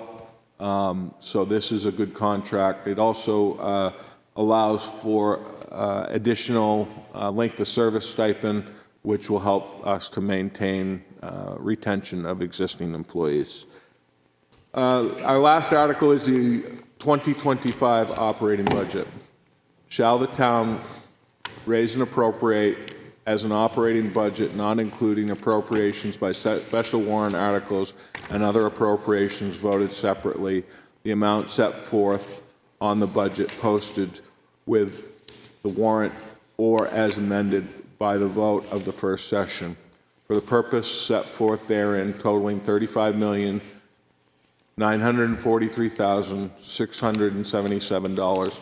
Should this article be defeated, the operating budget shall be $33,650,063, which is the same as last year's operating budget, with certain adjustments required by previous action of the town or by law, or the governing body may hold one special meeting in accordance with RSA 4013, Roman numeral 10, and Roman numeral 16 to take up the issue of a revised operating budget only. Estimated tax rate impact for 2025 is $6.19 per thousand of assessed valuation.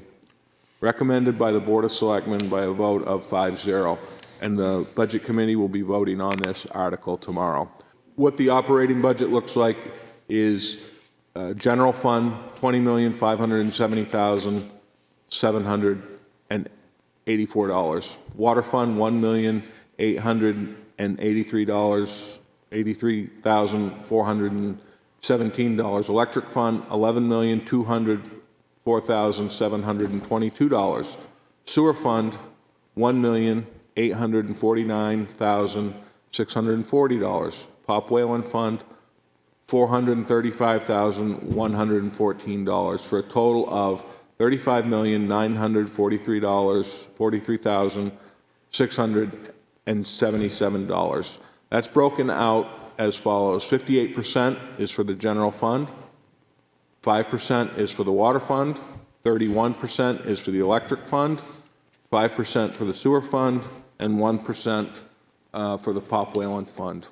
This particular slide lays out the proposed budget, outlining the general fund of $20,570,784, which is an increase of $1,808,397, or 9.64%. I want to pay particular attention to this, the general fund. If you look at the other items, the water fund, the electric fund, the sewer fund, and the Pop Whalen Fund, those numbers are not used when we're actually calculating out the tax rate for the year. So the monies that represent your taxes are $20,570,784. With that said, this lays out what the increase is. The top left slide shows $1,808,397 for the increase over last year's budget. A lot of these increases are broken out in this 91.6% outlined in the slide to the right, which is cable increases, cable channel increases for equipment, 86,000 and some change. Personnel administration, which is health insurance, 35,000. Our debt service, this is on the onboarding of the last of the debt bond for the public safety building. Ambulance costs, if you remember last year, we had a standalone warrant article. That is now part of the operating budget. So we experienced an increase of $501,047. Public safety building operations costs for propane, electric, et cetera, $40,000. Streets and highway, we see an increase of $217,000. We purchased a groomer at Abenaki, and we entered into a 7-year lease for $22,000 a year. Non-union wage adjustments, $101,000. Third firefighter, which we tried to do last year in the operating budget, but that failed, $62,000. And capital outlay, which we had none last year, an increase of $116,000. These items alone make up $1,650,000 of the total increase for the year, which is 91%. So with that said, we also, on an annual basis, create a stream of revenues. And annually, we estimate motor vehicle registrations at $1.9 million, cable franchise fees at $151,000, rooms and meals tax at $629,000, highway block grants for $182,000, building permits $124,000, municipal electric department payment in lieu of taxes $139,000, interest on investments $200,000, water tower and armory lease $194,000, administrative allocations which are charged out to the enterprise funds such as water, sewer, electric, and Pop Whalen, $724,385. Parks and Rec revenues, $65,000. Solid waste revenues, $308,000. Police revenues, approximately $80,000. And then other miscellaneous fees, $393,000. That's a total of $5,092,000 in revenues that we receive on an annual basis outside of your taxation. So that's utilized to bring down what it actually takes to operate the town. So if we take the general fund operating expenses of $20,570,784, and we back out those estimated revenues as shown on the spreadsheet to the left of $5,092,000, it actually, through taxation, we have to raise $15,478,603 to operate the town as we are proposing. With that said, when we look at creating the tax rate going forward, we take all of the warrant articles and we add them up. If all of the warrant articles are to pass, the operating budget and everything we're asking for, we are going to see a 92-cent increase in your tax rate for 2025, which will impact your October-November tax bill. That's a 13.67% increase. We anticipate, based on those numbers, a $300,000 home will see an increase of $276. $400,000 home, $414. $700,000 home will see an increase of $644, and $1 million home will see an increase of $920. How do we get to that? We take the 92 cents and we multiply that times the home value of 300, and that gives us our estimated tax rate increase, town only, for your property.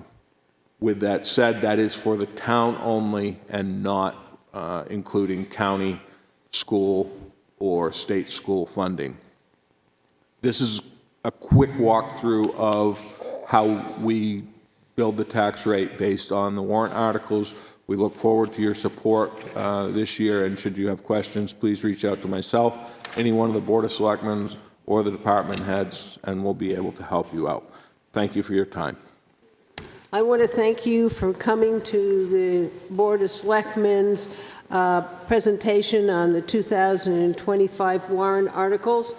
I want to remind everybody that on February 4th, 2025, 7 p.m., right here in the Wolfeboro Town Hall Great Hall, will be the deliberative session. and the town's meeting vote will take place on Tuesday, March 11th, 2025, from 8 a.m. to 7 p.m., right here again in the Great Hall. Thank you for coming. I'd like to call the January 15th, 2025 Board of Selectmen's meeting to order at 5 p.m. We are here to hold 2 public hearings, and I'll read the public hearing notice. Notice to a public hearing, Town of Wolfeboro proposed bond issues over $100,000. A public hearing will be held by the Wolfeboro Board of Selectmen as required under RSA 33:8-A and RSA 40:13 at 5 p.m. on Wednesday, January 15th, 2025, to receive comments on the proposed 2025 bond issues over $100,000. The location will be 84 South Main Street, Great Hall at Town Hall. There'll be 1 bond hearing for the Mill Street Pump Station, another bond hearing for the layout of a betterment assessment for Christopher Court and Jason Ways. This was sent out by the Board of Selectmen. It was posted at the town library on January 2nd, website January 2nd, Granite State News, January 9th, Conway Daily Sun, January 4th, all of 2025. Since we have people here, the first bond hearing will be on Christopher Court and Jason Way. And do I have members of the board who are going to excuse themselves? Yep. Yes, ma'am, I'm going to recuse myself. And Paul O'Brien will recuse himself. Okay. For the 2025 bond issue, currently estimated at $366,059 for the purpose of the layout, design, and construction of Christopher Court and Jason Way over existing private right-of-ways as a town road conforming to the current construction standards and requirement pursuant to RSA Chapter 231, Laying Out of Highways, Section 28 through 33. This project will be subject to a betterment assessment. Before I open up the public hearing, I want to let people know that I'll let everyone and anyone who wants to speak tonight, because this is a public hearing.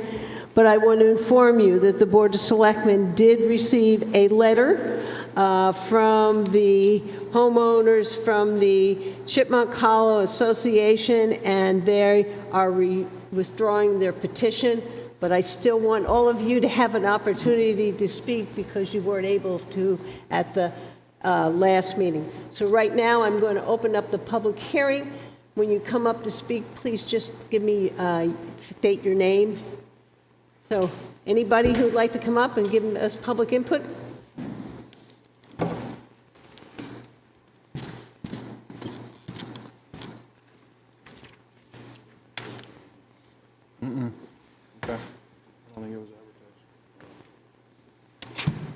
Good evening. My name is Alan Lucas. I'm an attorney. I represent Ms. Meyer, who is one of the lot owners in the association. Can you pull the microphone a little closer? Yes, see if... Sorry. Perfect. Thank you. And the other lot owners that oppose the betterment. So I guess I just wanted to start off before hearing. I also received a copy of the January 11th letter. Has that been acted on, or are we going forward as though the bond is still happening? We will go forward to get public input as if the bond was going forward, because I want to give everybody an opportunity to speak, and this is how I'm going to get that. Then we'll close the public hearing, and then the board will act on the withdrawal letter and how we'll move forward. Well, we don't oppose the withdrawal. Just so the members know, we acknowledge the letter, and we assent to the withdrawal. The only thing we would say, though, is I guess we're just concerned about the initial petition and the betterment in the beginning. I think there was a question that was raised about the vote and how there was a question about whether there's 11 lots or 10 lots. And because there was a 5 members, because as the board knows, it needs to be a majority of the lot owners. And so for purposes of me today, I just wanted to express our opinion that there was not a majority because one of the lot owners had filed and recorded with the town a notice of a merger. And so they had 2 lots, they merged it into one. And in that merger that's recorded, just for the record, it's book 3526, page 412 in the Registry of Deeds at Carroll County. It says that the merge the above lots into one lot of record for municipal regulation or tax purposes. And so once that happened, now you have the lot owner has now given up his rights to try to represent that he owns 2 lots when it comes to municipal accountability for tax purposes and other regulation. So it's our contention, and we would move forward with any sort of appeal that because there's a 5-5 vote, we would say that there's 10 votes. And so the 5-5, there's no majority of the community that would actually agree with moving forward on the petition to have the roads being taken over by Wolfeboro. And that's our position. Okay, thank you.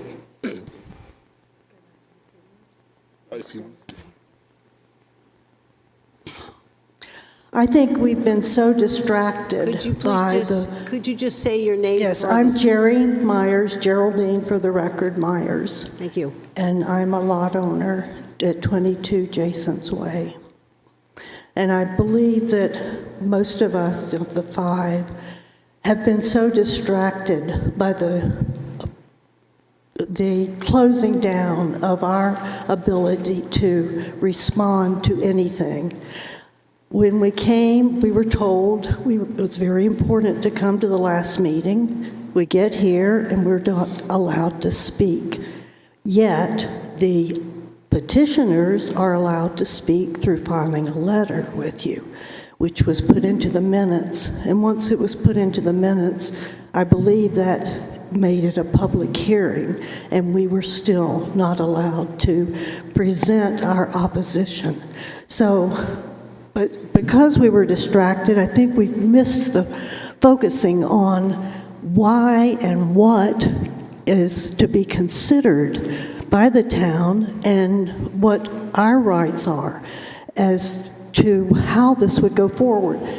My main objection was that the first thing is these roads go nowhere. It seems historically, and maybe it is even a rule of the town, that you don't take roads that don't go anywhere. It is a dead end. Yet, there seems to be this wink-wink property adjacent to us that is going to be developed. And yet, the Board of Selectmen that recused himself, Paul O'Brien, at one of our HOA meetings, did a long schooling to us on how this process works and concluded with, the town knows nothing about and held up his hands, there's nothing to a property. So that can't be considered unless you know something that we don't know. Do you? I don't. Is there a development that is being considered as opening up this road that would make the town want to take it? I'll turn it over to the town. I know nothing. I'll turn it over to the town manager, and I don't believe that there's any application in the town. As of this morning, there is absolutely no application for any type of development on that property in the Planning Department and Code Enforcement Office. With that knowledge, does that change your consideration of even, it should stop right there. You don't have a benefit to the city to take it, to the town to take it. Does that stop this process? The letter to withdraw will stop the process. Okay, if that letter is refiled, what's the process? Do we start a whole process again? Is it a new thing where we get to see the letter and what they're saying? Because I expect they will take out the parts where they said we were joining them and we were in agreement to pay the $40,000 assessment to each property. That's not true. It'll go through the same process on how you lay out a town road, which is 331, and you will have the same opportunity to do a protest petition or against it. It's not called a protest petition, but you'll have ability to have something that says not to lay it out. Okay. And if you have the majority, it won't be laid out. So it takes one petitioner to start this. Right. It takes a majority to stop it. That doesn't sound equitable at all. State RSA. Okay. Do you take into consideration that that's kind of lopsided? We only can do what the state allows us to do, and we have to follow their regulations. We can't, and the town itself put together how we would respond to a petition to lay out a new road, and I can make sure that you and your group gets that. Our policy, if you hadn't had it. I would like a hard copy of it I have it online, but I would like a hard copy of it. I'll make sure you get a hard copy of it. Okay. And that is the RSA 231, and the different sections lay out, and then we go through and tell how we lay it out, but I will get you a hard copy. It also shows if you don't get, excuse me, a majority, but you get 50%, because there's an even number, it does show the voters in town when they vote on this, because the select board can only push it forward to the voters, then the voters vote on it. And by voters seeing that it is a contentious situation where 50% of the homeowners are not in favor of it, that will weigh on the voters' minds when they vote. They'll be like, well, why would you push it forward with a 50-50? Isn't it your discretion? No, it has to be, you would have to have a majority of the voters voting against. A majority is greater than 50%. Yeah, we have to follow the state RSAs. Okay, so we would need a butters to... We will, next time when we notice that, my understanding is the two abutters that are on that road will be notified also. Okay. All right.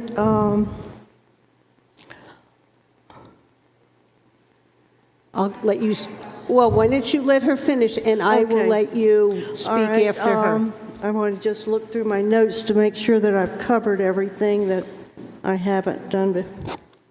No, I think you all know that no one was notified in the first time around. How does that notification happen? We understood that we were supposed to get a mailing of the first hearing. And Jim? Yeah, there was certified mailings. I got it. I did not get it. We got yours returned. Well, why? I can't answer that question. Okay. We had your address. None of the people back here got one, and these are butters too. Let me just say something. I'm going to let you speak.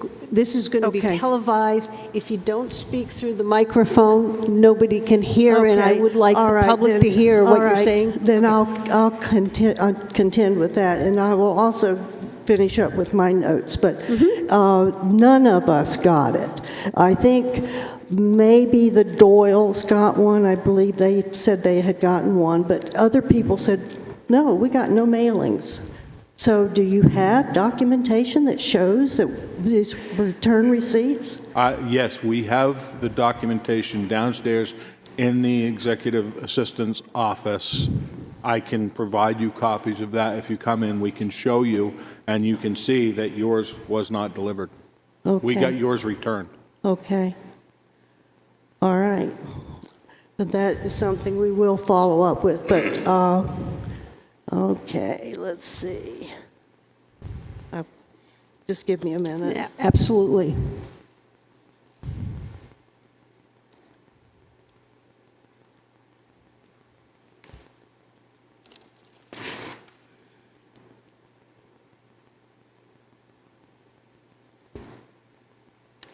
Okay, we did also come and ask if something had been filed with the town, and we're told that that nothing had been filed. You had received nothing.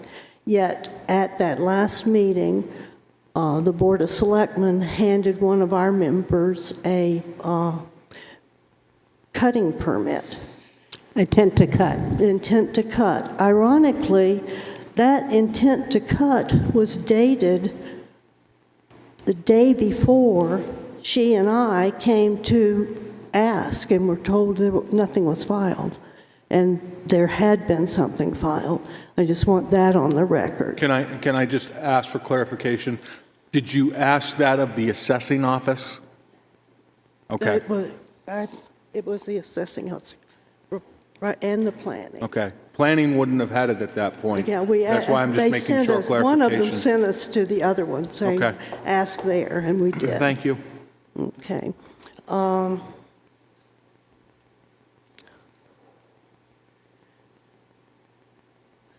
Okay, and to put into the record, my opinion is that there is no benefit to the subdivision of Chipmunk Hollow to have a road. If the road is proposed because, and accepted because there is something that's to come in the future, we think that it's premature to put that cost on us now when there could be another 55 homeowners who could all join in to pay for this throughway, which we would totally oppose. That would destroy our community to have all of the traffic going through there. It would be just really, it would ruin our property value. It would just be terrible. We would not vote for that at all. Okay, and also I'm sure that this will not be in the new petition if one is filed. They were saying that we had accepted the betterment assessment and were willing to pay it, when in fact we were not. Our dues at the HOA right when I bought were $500. They're now $600, and they're saying that's fine. That going up to $4,000 a year more is going to be fine. It's not. We're total. I mean, it doesn't really make good sense to take on that kind of thing. And another thing, our roads are fine. I can't remember, Steve? He The Public Works Director is Steve Randall. No, it was the man who did the assessment of the property and said that he said the roads were fine. They came up to standard. What was his name? No, it was the... So it was the company Stantec. It was the company Stantec, but somebody stood up and kind of gave that report and said the roads were fine. So there's no need for a road. We don't need a road. There's no justification for a road. And I think that I've covered everything.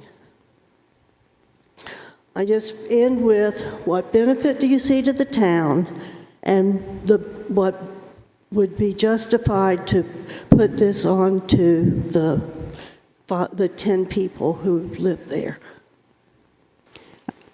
I'd just like to clarify one thing. When I handed that letter from an abutter, that that set of minutes will also have your petition not to lay out the road. So both of them will be in our minutes, not just that letter. So I wanted you to understand that. It'll be Okay. both sides. All right. Okay, thank you. Come on up. Is there anybody else in the audience who'd like to speak?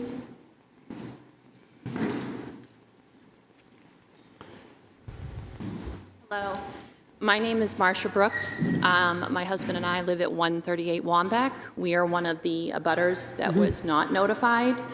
And we currently at the moment are against having this become a public road simply because there are so many unanswered questions.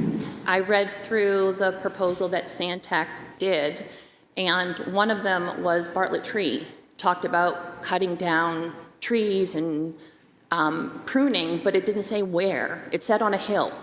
But I have a hill in my yard where the drainage is. There's a hill on Christopher's Court. There's nothing really to indicate specifically what making the road public is going to look like for all of us. As you can imagine, this is not a great situation for everybody. I feel for both sides, the one that wants it and the one that doesn't. I just want everybody to have an opportunity to be heard. So if it does come again in front, I hope that we can all be notified in a timely manner. Thank you. Thank you. Is there anybody else in the audience?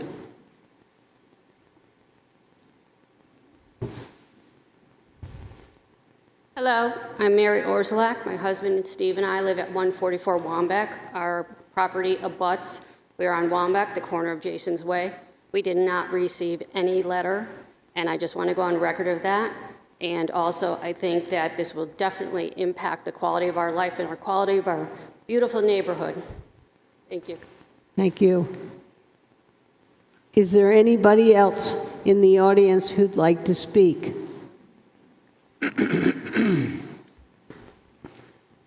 My name is Alan Collier, 28 Jason's Way. I moved in September. I received no notification, no certified mail, nothing. As a matter of fact, when I moved into the neighborhood, I was told that the town may take over the road, which was exciting for me. I don't want an HOA. We had moved up, we lived in the Carolinas for 8 years and had to deal with that and it's not a lot of fun. So I was excited about that, but was never told about the great expense that it was going to be $40,000 added to our tax bill over 10 years. I have 2 small girls. I have an 8-year-old and a 4-year-old. Okay? Yeah, I started late, but that's a big expense for me. You know, $40,000, an extra $4,000 a year is a lot of money. It buys a lot of clothing and activities for my girls. There's something else that I want to say, and it's really been bothering me. Jerry Meyer posted on Facebook, community group, wanting to know what was going on next door. When I first moved in, there was more noise going over there. There was heavy equipment running in there. So I went over there, and I took some pictures. And there's clearly not, I was told by one of the Board of Selectmen that there was just clear cutting going on over there. Well, that's not the case. A blind man could see that there was a road already installed. And when you go to the street, it clearly looks like just a plain old little dirt road driveway. But I think they made it look that way. They wanted to give that appearance. Clearly they were hiding something. But when you go in there, there's a road built in there, graded down, waiting to be paved.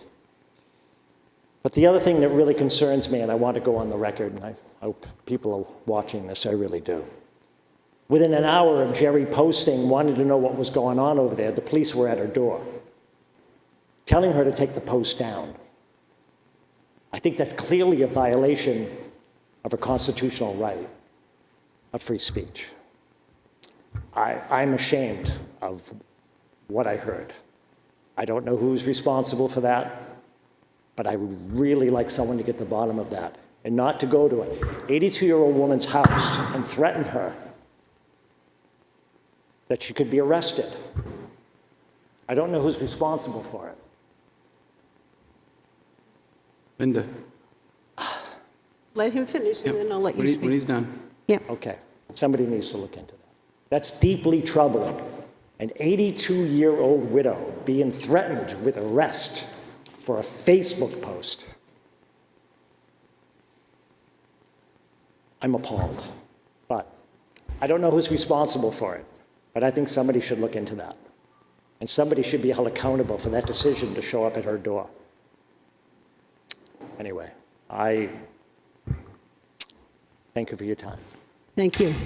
Brian? So I'm not on Facebook. I don't do the community page or anything, but that email or that post was forwarded to me, and I did read that post, and I didn't find anything offensive in it. I might have a copy on a screenshot that somebody sent me already. That being said, I agree that someone should not be have a police officer come to their door if they are just voicing their opinion on social media. Asking a question as to what is going on over there. We had to listen to that all, well, I wasn't there in the summer, but I was there in the fall. But clearly, there's no trespassing signs there. But a simple Google search will show you that if that sign does not have the owner's name and address on the sign, it's not valid. You can't just post signs, you have to do it correctly. And those signs have no name and no address on them, no communication. I just looked it up on Google. I didn't have to, And whoever's working in the back there has sent a letter to the town saying they were just clearing out a road that was already there in the back, and I've heard that DES has been out there several times. So there's been nothing filed with the town, but to me, common sense says that there is some consideration of something happening back there.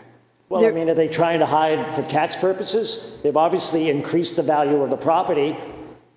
Should the town of Wolfeboro be getting out there to reassess I can't speculate on any of that. know. Thank you for your input, but it's kind of off topic, whatever that guy's doing There's back something there. nefarious We going on. don't have it. What has happened All right. doesn't sound like it was very I think this pleasant. is all related because of the land and the water on Jason's Way. That's very valuable to that property. They need our water. They can't get the water from Main Street. They have to get it from Jason's Way in Wambeck. Okay. So I think that needs to be noted also. I've noted that the police came, so. And I just want to say that for the police department, he did say that the property owner was not pressing charges. He alluded, the way he put it made it sound that the property owner was not the reason he was there, that someone else had said for me to take it down. And since I didn't know what might be coming, I took it down. I was very hesitant to take it down. I felt like my rights were really being usurped by the town of Wolfeboro's police department. And maybe you want to find who did send that policeman to my door. I think that would be very good for the credibility and just open transparency of the town, because he wouldn't tell me who sent him. Okay, thank you. Is there anybody else? Hi, thank you for giving us an opportunity to speak. My name is Kathleen Doyle. I'm at 16 Christopher Court. I just wanted to say that it is pertinent to what Alan was speaking to add to the record about this development, because when the petitioners stood up here, they speculated about this development and said that Jason's Way, if it became public, could be a throughway, and that was allowed to influence your decision as a board. So I do think it's relevant what's going on back there. I also think that the procedure that the town has laid out to conditionally lay out the roads needs some refining, because there is all of the elements in there I don't believe were followed in this case. We know about the notification. We also know that in 6.4 it allows for a counter petition, which we submitted. It does not say that the counter petition would then immediately be handed off to the petitioners and allow them to write a rebuttal. That's not in your process. However, it was allowed. And that means I do believe there was an unfairness in this process where the petitioners, the town was biased toward them. And I believe that they're standing up and speaking on our behalf and saying that there's money here that will pay for this should not have been allowed.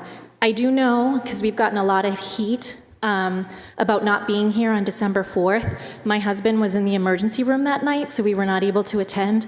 We also did not know what the petitioners would say.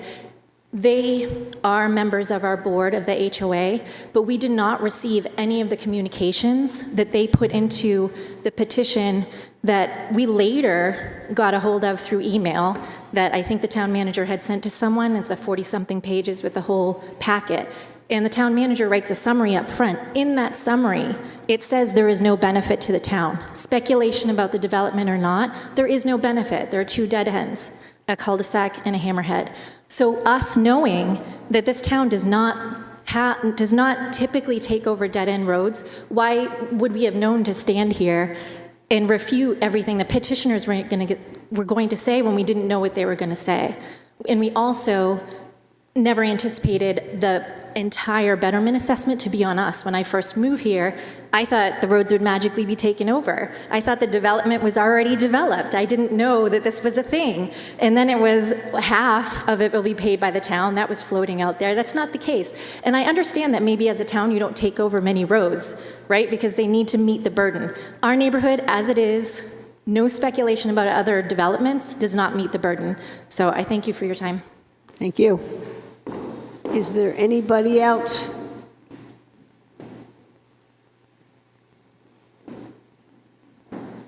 Hi, my name is Vincent Brooks, and as an abutter, I just wanted to know, do we get a vote in the situation of the property? I mean, because in a sense, it affects us, because we're right on that road. So do we have a vote if it goes either way?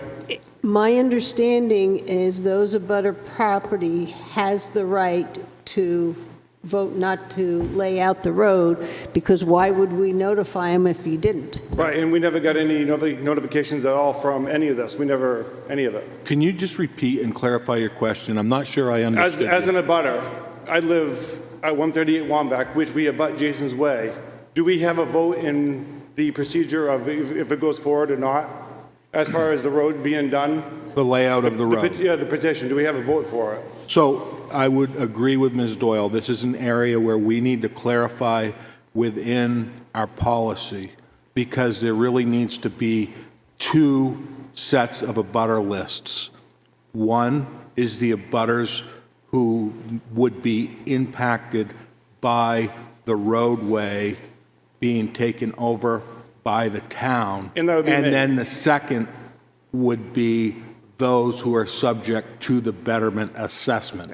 Right. So there would be two lists that need to be created for mailing purposes, one for any abutter by statutory law, and the other for those who are could potentially receive the betterment. Right. You would not have the ability to vote on the betterment, but you would have the ability to vote on the conditional layout.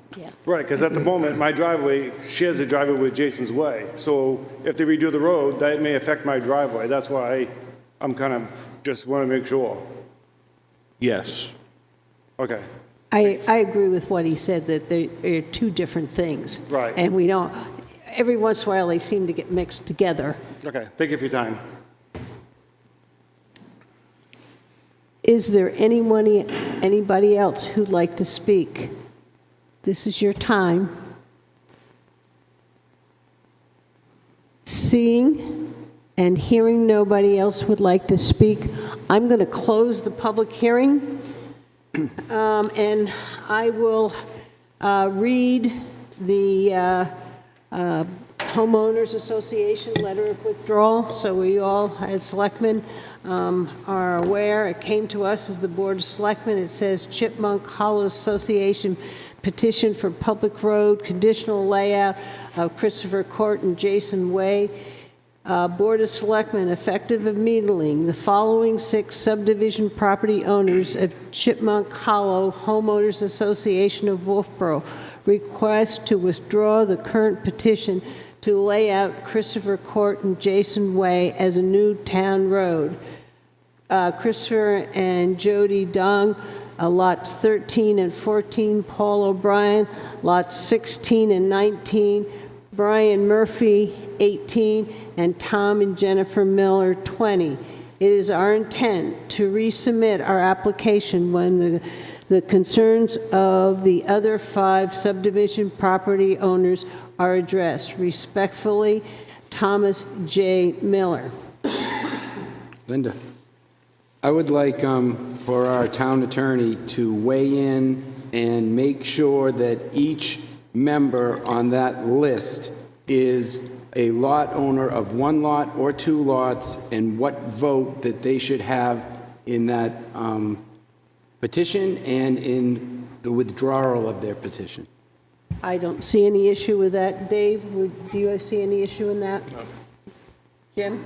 No issue? I think that makes sense. Then we won't stumble over it again. Correct, because we could run into this again. Does Yep. Mr. Dong own 1 lot or 2 lots? Does Mr. O'Brien own 1 lot or Yep. 2 lots?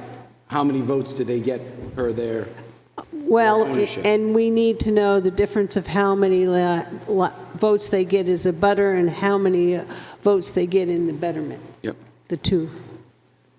Okay, board members, we have a letter to withdraw. Does anybody want to make a motion to reconsider the conditional layout? I'd like to make a motion to reconsider the conditional layout for Christopher Court and Jason's Way. Do I have a second? Second. Dave. Any further discussion? Hearing none, all those in favor? Aye. Can I have a motion to not conditionally lay out? I'd make a motion to not conditionally lay out Christopher Court, Jason's Way, rescinding their actions of December 4th, 2024, based on their withdrawal letter, after the letter has, or with the letter being reviewed by our town council. I don't think the letter has to be reviewed by the town council. They asked to withdraw it, it's withdrawn. Okay. Are you willing to change that part? Yes, I'll Okay. change that amendment. Then I'll second it. Any further discussion? Hearing none, all those in favor? Aye. Can I have a motion as to whether this stays on the 2025 warrant? I'd make a motion to not place this article on the 2025 warrant. Second. And, all right, I have a motion by Brian and a second by Dave not to place this on the 2025 warrant. All those in favor? Aye. Opposed? It will be taken off.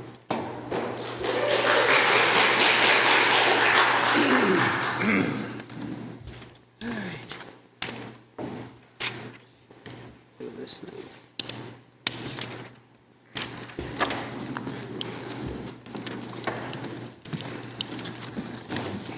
See, your roads suck.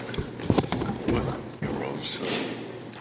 Okay, I'll give them a few minutes to walk out, and then we'll open up the next public hearing. Send the cops up there. Huh? No idea. It's just so that Yeah.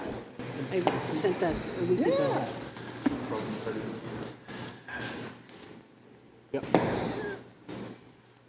Wow.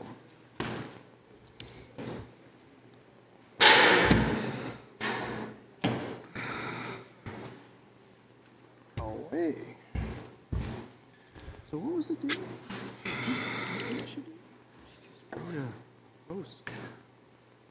Already, I'd like to open up the second public hearing for the 2025 bond issue currently estimated at $900,000 for the purpose of paying for the increased cost for the Mill Street Pump Station upgrades. This project will be paid for by the general fund and may be subject to a forgiveness loan.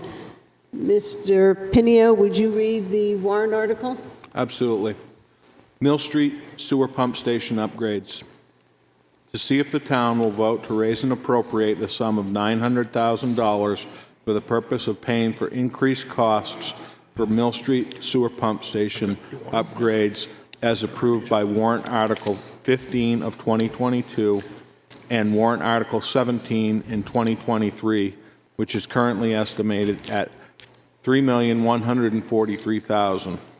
Further, to authorize the issuance of $900,000 in additional bonds notes for this project in accordance with the provisions of RSA 33, the Municipal Finance Act, and to further authorize the Board of Selectmen to issue, negotiate, sell, and deliver such bonds or notes, and to determine the rate of interest thereon and the maturity and other terms thereof, and to authorize the Board of Selectmen to participate in the State Revolving Loan Fund, SRLF, RSA 486:14, established for this purpose, and to allow the Board of Selectmen to accept such monies as become available from the federal and state governments, and to authorize the Board of Selectmen to take any action or pass any other vote relative thereto, and to authorize the town manager to sign any documents related to this project.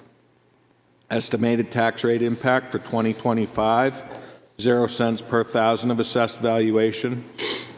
Estimated tax rate impact for 2026, 0 cents per thousand of assessed valuation. 2027, 3 cents per thousand of assessed valuation. Board of Selectmen will vote on this evening, and it will be voted tomorrow evening by the Budget Committee. 3/5 majority required. Brad Harriman will speak to this initially, then hand it off to Steve Randall before it comes back to you. Brad? Thank you, Jim.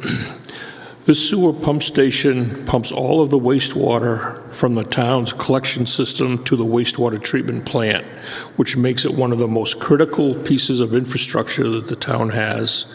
This pump station was last upgraded back in the 90s and is well beyond its useful life. Due to engineering delays and initial bids coming in well over budget, the town is requesting these additional funds to complete this project. I ask for your support for this warrant article, and I'll now turn this over to Steve Randall for further details. Thanks, Brad. As stated, this first came before the board a couple years ago. We've been trying to get it on the docket for construction. We are looking to go to bid on the 1st of February for a fall to midwinter construction. So this is critical funding that we need to actually complete the project, and we thank you for your support. So this particular slide, if you remember, over the past couple of years, we've appropriated funds. This particular slide lays out the funding formula for the project. In 2022, we raised and appropriated $1,008,000. In 2023, we raised an additional $455,000. In 2022, we received $672,000 in ARPA funds, and then we reassigned $108,000 of ARPA funds, making the total fund availability of $2,243,000. However, we estimate the project to be $3,143,000, and that's how we get to the point of requiring an additional $900,000. That summarizes this project going forward, and we want to get this one moving, done, and put behind us. And one of the main drivers in increased costs is inflation? Or is it part of a change in design? We don't have a change in design. We have some costs that were not actually built in onto the original estimate. Construction oversight, in particular projects such as this, we need the third-party oversight. So we have that. We have inflation, and just overall construction costs is the biggest drivers. Okay. Thank you. Yes. Just more detail on what is construction oversight. This is kind of a follow-on to a conversation we've had. Paul, could you just use your mic, please? I'm sorry. Just more detail on the construction oversight issue. What does that mean? Construction oversight is we need a third-party engineering services to come in and basically oversee the projects. These are projects of this side and from this funding mechanism, that is not things that we can do internally as a town. Good, thank you. So in other words, they're going to verify that what the person, our construction company did was correct per the plans? Per the plan and per permit, Per the permit, okay. especially where this is and what this is. Okay, thank you. And because of the type of funding, federal, state, ARPA, revolving fund, loan forgiveness, et cetera, we are required to do this. And if I remember correctly, Steve, are we in the $500,000 range We are for oversight? $458,000 for construction oversight. So not only are we required for that, we also have bid limitations. So I wouldn't mind throwing that out there. So anything that we get when we have a grant money or Fed money is lowest responsible bidder. The town actually has very little say in who gets the project. Selectmen, or is there any other comments? Hearing and seeing none, would somebody like to make a motion, I guess, first to recommend, and then second to place it on the warrant article? Yeah. On the warrant? I'll make a motion that we recommend this warrant article. Second. Okay, I got a motion by Brad, seconded by Dave. Any further discussion? All those in favor? Aye. I need somebody to make a motion to move it to the 2025 warrant. I'll move to do that, move this warrant, this to the 2025 warrant. Second. Okay, I have a motion by Paul, second by Brian. Any further discussion? All those in favor? Aye. All righty, well, I think we have concluded our bond hearing, so I would like a motion. Motion to adjourn? Thank you, Dave. Thank you, Brian. All those in favor? Aye.